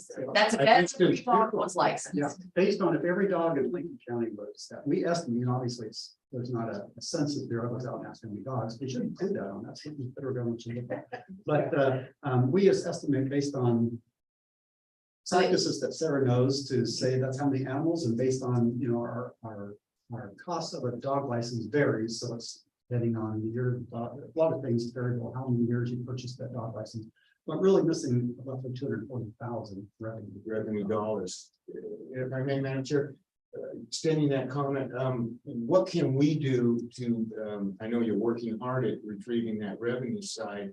Are we working with, once again, I talked to private partnerships within the county. And I find it very useful to get those partners on board on the private side. Do we talk to PetMart? Are we working with those folks that you get dog food and you get those things and saying, hey, are you interested in cooperating with the county folks? Has that conversation happened? I'm asking. That's one of the goals for next year. We really, looking at the 5-year forecast, knowing we need to do something with revenues to help sustain the animal services district. It's in the goals of doing everything we can to reach that. I know, and I don't know if Mr. Paul remembers this, but it seems like years and years ago, we had people, I don't remember if the volunteers were going door to door, basically just asking questions. Dog license. They were really getting in compliance with that. ideas like this popped into our head. And then, I think between enforcement and other outreach mechanisms, we'll be able to, are we going to get every animal in time? No. The goal to at least get even half of them. I mean, that's going to be huge in terms of what I apologize. If I may ask, what are those challenges? Why aren't they coming to the table and licensing these dogs? And it may be for thousands of reasons. Can we incentivize by maybe changing the cost factor? So the license is, we have made the license almost as inexpensive. Well, by statute, we can't charge. I understand. By statute, the county has to charge. Yeah, and for intact animals, there's a whole nother number. So we haven't raised those prices in 13 years. We've had them as low as they can go. If your dog is impounded and is currently licensed, there are no fees to get your dog out of the shelter. Of course, with a dog license, it's much easier to get dogs home. But what we've seen this year that's concerning is the number of dogs that don't even have rabies vaccines. So, and I know that access to vet services has been very difficult. We're in a veterinary desert, basically. And so people, that's the first step. And that's what dog licensing, again, was originally for, is to make sure that people's dogs were vaccinated for rabies. So that's part of, that's step one in the 2-step process. First, let's get these dogs vaccinated and work towards getting them all licensed as well. So besides even the revenue, it's a safety. Thank you. Madam Chair, I think Commissioner Jacobson raised. Oh, Commissioner. yes. Sorry, Katie. No, that's okay. I actually had just raised my hand, so no biggies. Couple of questions in the comment. One is, Sarah, you had talked about that you had cared for, I think, 661 animals. And is that including everybody, including impounds and holds we needed to do for legal cases and surrenders, strays? Is that everybody? That is every animal that walked through the door. That's everybody. Okay. Second thing I'm going to say, which I say every time I see you, is I'm just saying, I think there should be some commissioners in the shelter calendar. I'm just saying. And then, the third thing I had, listening about the discussion about dog licenses is, we have been in conversations with our local Humane Society and some other partners about possibly using some ARPA money to do a large spay neuter program, because there was a lot of pandemic pets, and then we had vets closed for many months that were not allowed by state rule to do spay neuter surgeries because they were not considered an emergency. So we had a lot of animals born in the state that would not, and in Lincoln County, that would not have otherwise have been born if spay or neutering would have been available during that time. And my thought that maybe we can just follow up on and continuing those conversations is maybe dog licensing be a requirement for that, is if we move forward with some type of spay and neuter certificate or reduced cost program. That could be part of the way that we incentivize that for people to do. So we can certainly talk about that later, but it seems like, some more carrots or sticks might be needed in that discussion about dog licensing.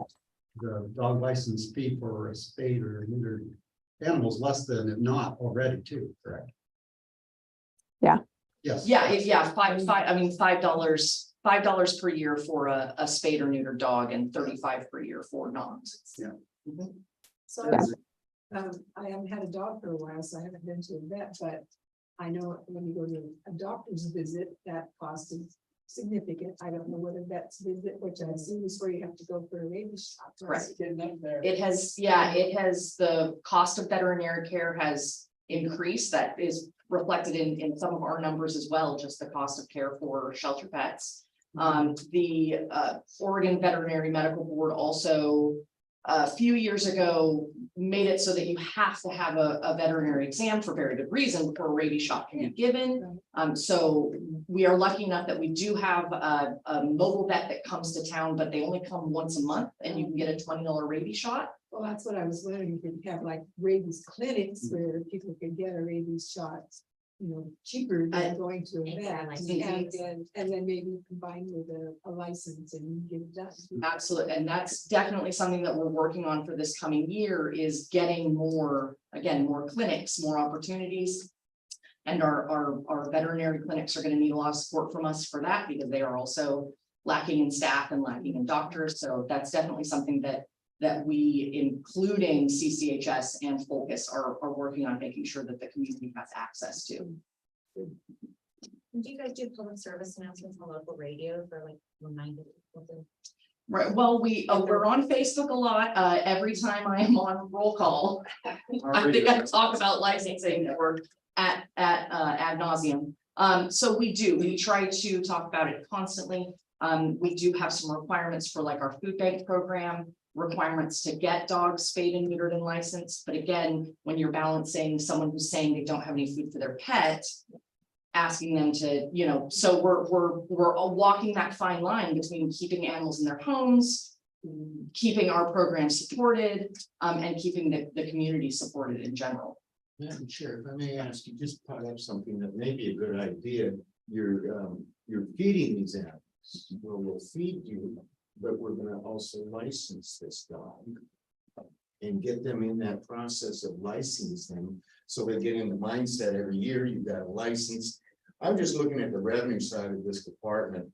And you've got some challenges coming up in 2025, 26, as I've read. And I'm just trying to look at the revenue side and seeing where we can pick up a few bucks. And I'm just having that conversation out loud.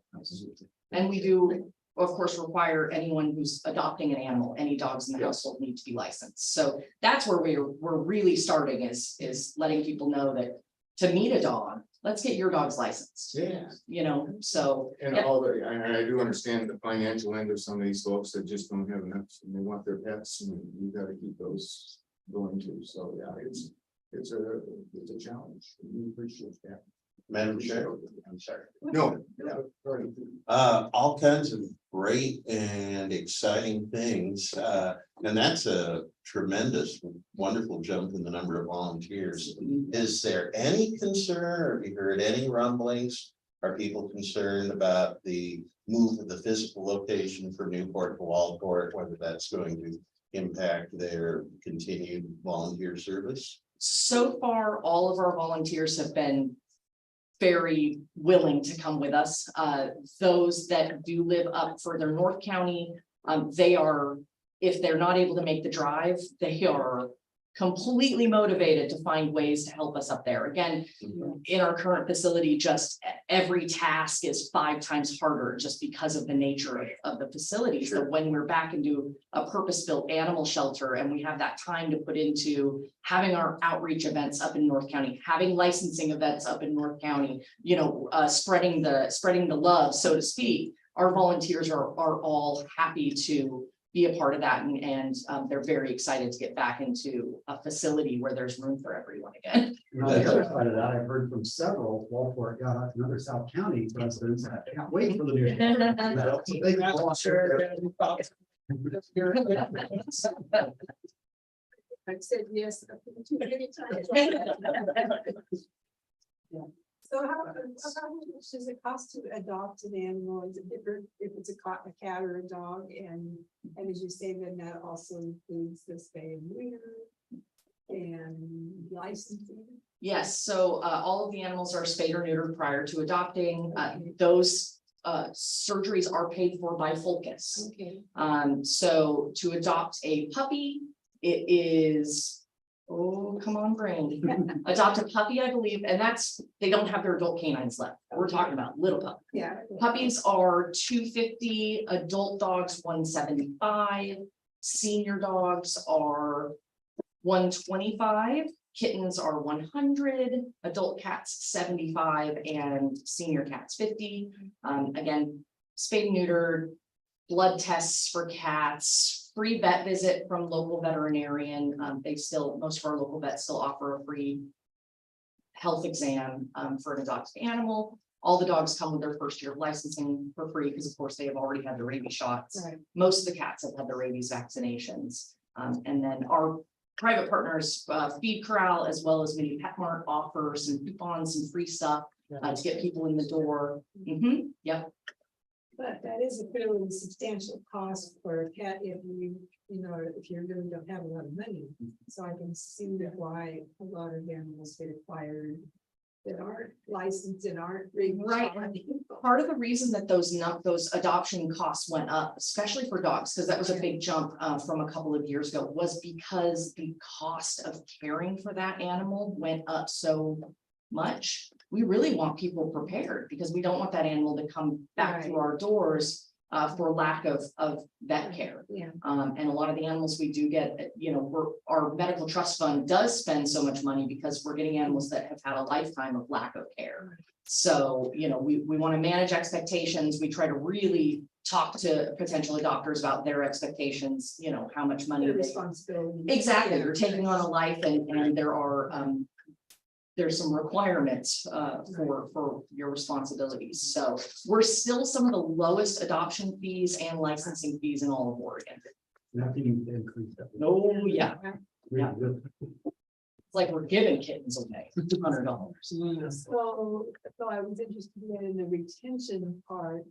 Basically, that's trust fund, I guess, bearing the cost of whatever the ongoing pet cost is that my understanding of retention? No, the pet retention programs are more, again, trying to make sure that any reason someone needs to surrender an animal to the shelter, if there's any other option, if it is because there's been a medical emergency and they can't cover the cost, we get them in contact with folks from CCHS or Friends of Lincoln County Animals that have privately donated money to put towards privately owned animals. Our medical trust fund is only for animals that belong to us to get them to the point where they are adoptable. Our staff spends a lot of time counseling folks when they've got minor behavior issues or minor medical issues that we can kind of talk them through some options before they just give the animal up. A lot of the reason people are giving animals up are for things like not enough exercise or just,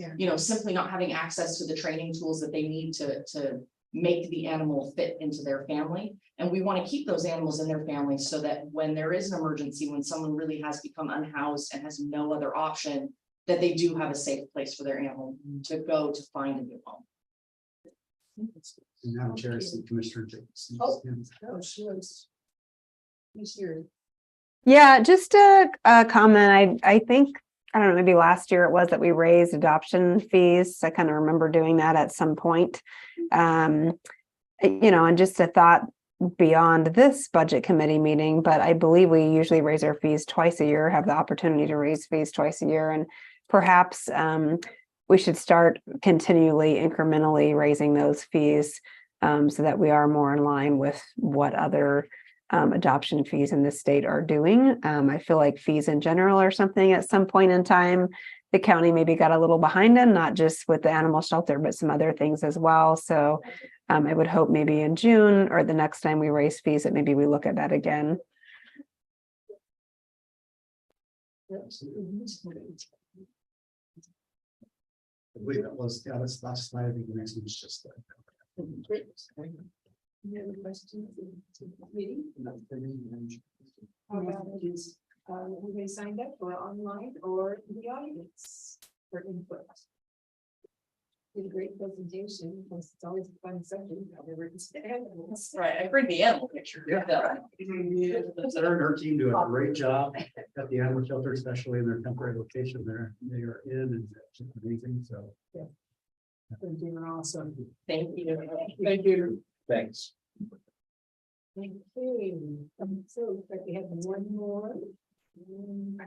Stress, recess that meeting and open the Lincoln County Transportation Service District of Blackstone. And there's Cinda. Come on there. Familiar? You can write from that microphone for us. Yes, Thank you.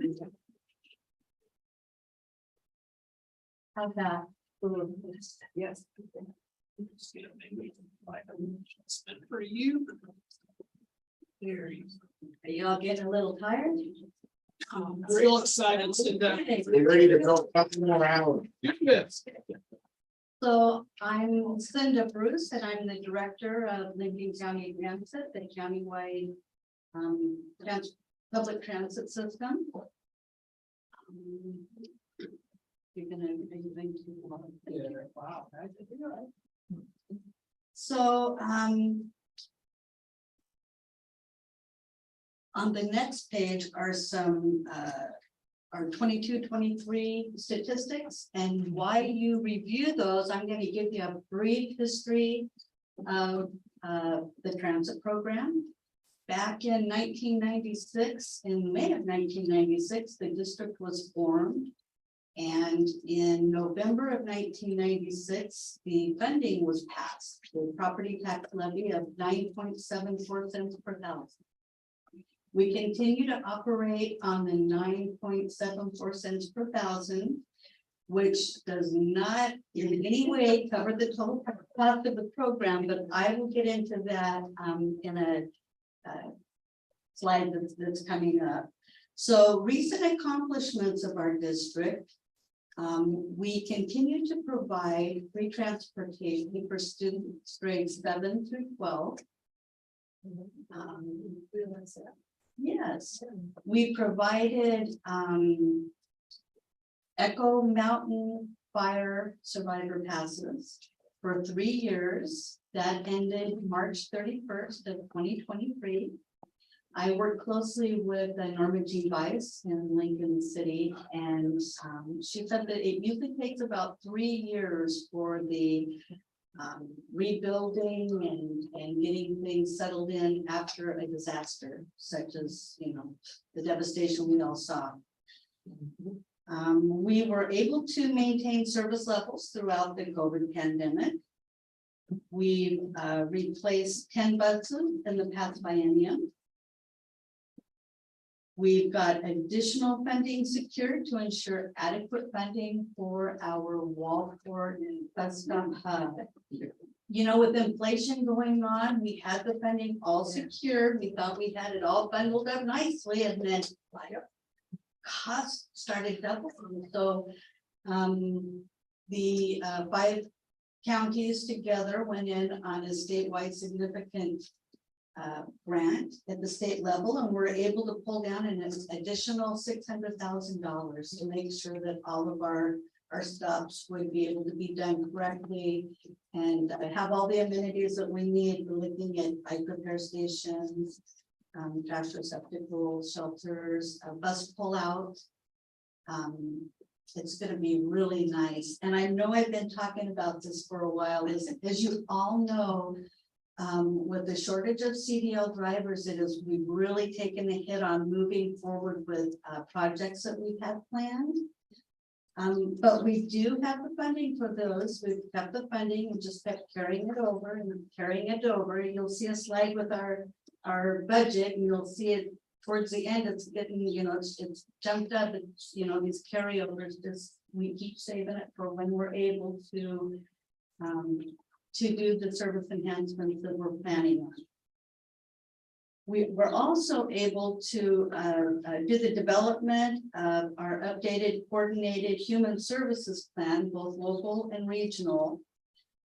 This document is near ready for board review for approval. And this document is required to pull down grant funding, so it's very important to us. Madam Chair, if I may ask you, you mentioned grant funding, you need to implement this program to apply for grants, is that correct? The human services, the coordinated human services plan. When you do grant writing to the state, you actually have to identify the project and page number in this document for it to follow through for the funding. Yeah, so, but you're on track to do that. Oh, yes, we have one in place now. We've gotten all of our projects through, but we're getting this set up because towards the end of the year here, they're getting ready to approve our statewide, our STIF funding, our statewide transportation improvement program funding. We're not supposed to use acronyms. So as you can see on the chart there, about 25% of our budget is covered by property taxes and 75% is covered by other revenues. Thank you. You're welcome. So grants versus other revenues. So ODOT grants cover 54% of the budget.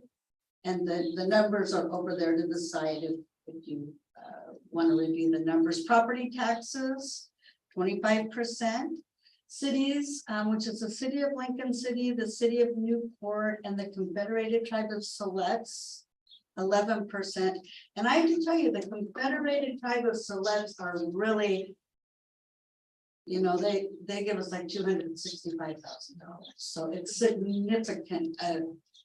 The tribes account for a significant amount of that 11%. 4% is fair revenue, 3% is other revenue, and an additional 3% is other state revenue, meaning like the in lieu of funding for transportation districts. On the grants, there's 1.8 number. Going forward in 2025, 26, with the next couple of years, do you see that number the same? Do you see it changing? What are the challenges with that grant? Okay, so we have With the interest rates going up and stuff, the state is also challenged with that grant system as well. Thank you. absolutely. So our grants are now being done biennial. So this is half of our biennial amounts because I'm only fitting in this graph, the 23-24 numbers. Yes, so the grant streams, I think that most of them are strong. The new statewide transportation improvement program funds is a new significant funding stream for the county, for all the qualified entities throughout the state. And we're on that page, we got our name on that grant. Oh, yes, we do. Thank you. Now there's a lot of hoops. I gotta tell you, there's a lot of hoops to jump through for Yes, this, but yes, you know, that's what we do for our funds. Thank you. Thank you, Kenneth. So here I'm showing budgets by year, just a quick overview to give you an idea of how they're fluctuating. And you can see in this the 23-24 budget year, it's up quite a bit. That is somewhat because we're trying to secure a transit center for the district. We currently share space and we're great partners in the space, but we're running homes. So that's the reason for the. Where will that transit center be, or do you need it? We're not sure yet. We haven't gotten that far. We're in the planning stages, but should something come up to where we're able to move forward, we want to be ready. Would this be? I just saw Commissioner Dickinson has her hand up again. Oh, good call. Yeah, I just wanted to talk about the STIF grant for a minute, because I think there was still maybe some confusion on that. I think grants can mean a lot of different things, and I think that some of these things in the transportation budget, they are grants, we do have to apply for them, but like the statewide transportation improvement fund, that was a legislative bill passed and signed into law. So the funding source is secure. Like at this point, there's no threats of a different bill being written and taking that away. The funding source, I would say, is very secure. We have to continually go after to get like our portion or our share of that money and be compliant with the rules of that law. But that particular fund is not what I would call like a hard and fast competitive grant where certain people are going to be winners and certain are going to be losers. The money is there. We have to do our thing in order to get that and be compliant. But it's not maybe as competitive or as difficult in terms of there maybe not being enough money to go around, or where we fall out of favor or something like that with maybe some other competitive sources. So I think to answer our budget committee members' question, that one I think is a relatively secure source. We just have to continually to go after it and be compliant to get it. So, I'm sorry, yeah, so that specific grant, the STIF fund is not a competitive grant. They are entitlements, and they are figured out by, it's kind of confusing, but they are, they come up with the figures by payroll taxes. So yes, it's Interesting. yes. So some future transit service enhancements that we're looking at. Mr. Hall. Oh, I'm sorry. Hi, Cinda. Just wanted to ask about, this is something we've seen evolving over the last 2 or 3 years, but I don't think we've ever called it out explicitly. I would say up until like maybe the pandemic, the number one barrier, challenge, obstacle to expanding service was money, having enough for vehicles and for drivers. But now, and certainly we are not alone, Transit is not alone, county government is not alone, but the challenges you're finding in hiring and retaining capable drivers. Touch on that, and would you say that's a fair read? That's spot on, Commissioner Hall. Yes, in the past, it has been the funding that's held us up. And now it is securing CDL drivers to do the services. So we are we're trying to think of ways to but the CDL shortage is nationwide. So that's another issue, but we've looked at perhaps a CDL training program that would consist in getting drivers their CDL to get them on board. And we're going to be looking at some marketing strategies as well. So hopefully we can get some things going, because we have great plans. And these expansions and new services that I'm going to be telling you about were the result of input from Lincoln County residents through surveys, public outreach, and public meetings. And the statewide Transportation Improvement Program Advisory Committee made recommendations to the Board of Commissioners on which projects to move forward. So that's how we come up with these projects to it goes through a whole advisory committee process and ranking of projects to get to where we are. And So, that's yes. the STIF informs the STIF, or two separate processes. You're right, the STIF is what is, it's a special transportation improvement funds. Thank you because STIF and STIF are two very different things. Yes. That's why I'm not supposed to be, that's why I'm not supposed to be using. But My apology, again, it's really difficult. yeah, and for example, for John, even some of your questions, we do ask for a lot of public input about how to design these programs. Yes, required, but it's not a thing to do as well. Yes, thank you. Yeah. Thank you, appreciate it. So some of the service enhancements that are in the works, they've been approved by my board, the county commissioners, they've been approved by the transportation commission. They've been approved by the state, so bring on some drivers. So Sunday service on our South County route between Yahats to Newport, that's one of our expansion projects. Sunday service on our Blue Line route, which is a combination of East County and North County to Lincoln City. Walport City Circular Route, Monday through Friday, we're really excited about that as well. We'll be able to assist getting people up the hill and down the hill to all the services, the Walport Clinic, the schools, the food bank. There's just so many places that we need to get to residents. A service increase on the Costa Valley Express route, which I have to say that I will be looking at internal county services first.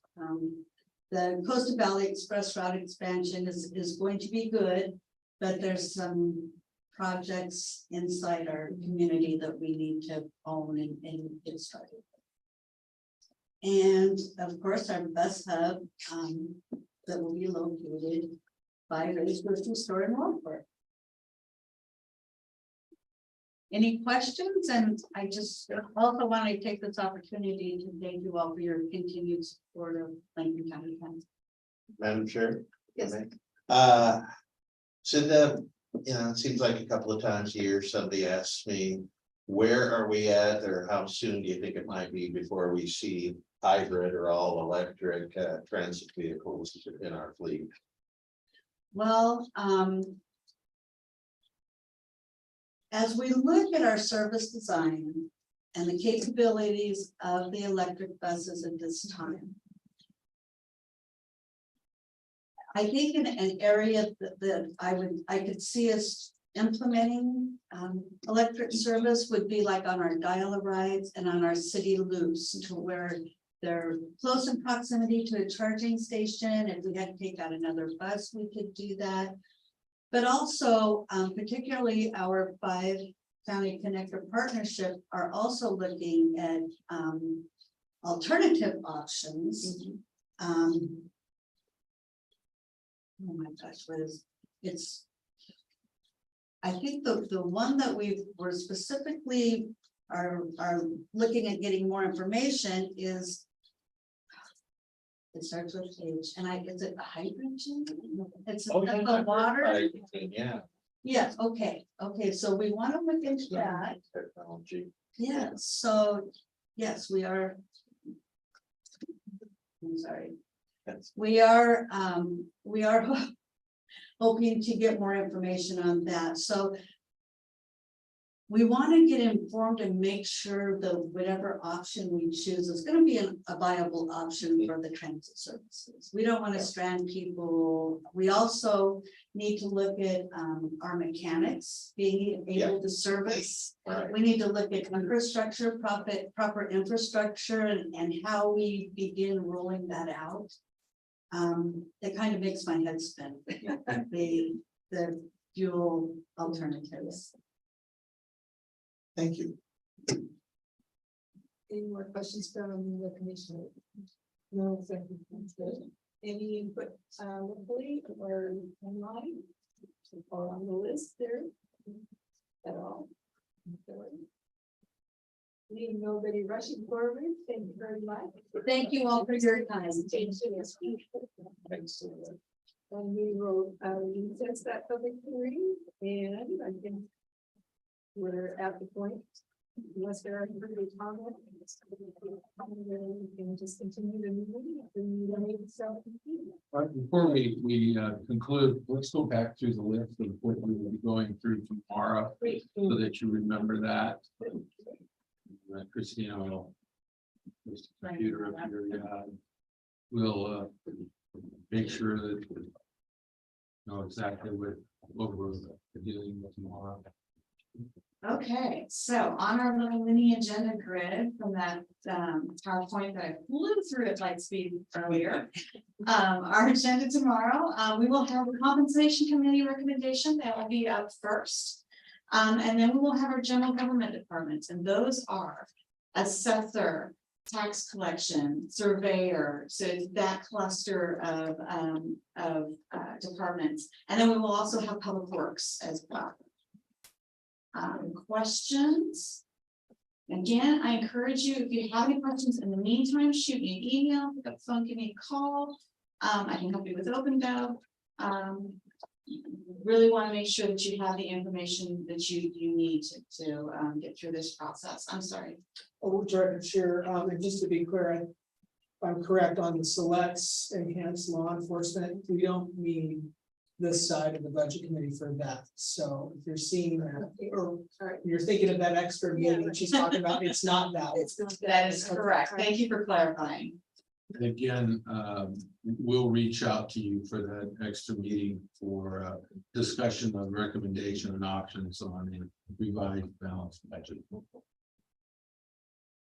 Okay, 6 p.m. here. Tomorrow evening. Same place. Okay. Look forward to seeing you. Thank you. Thank you, everyone. Good night, Katie.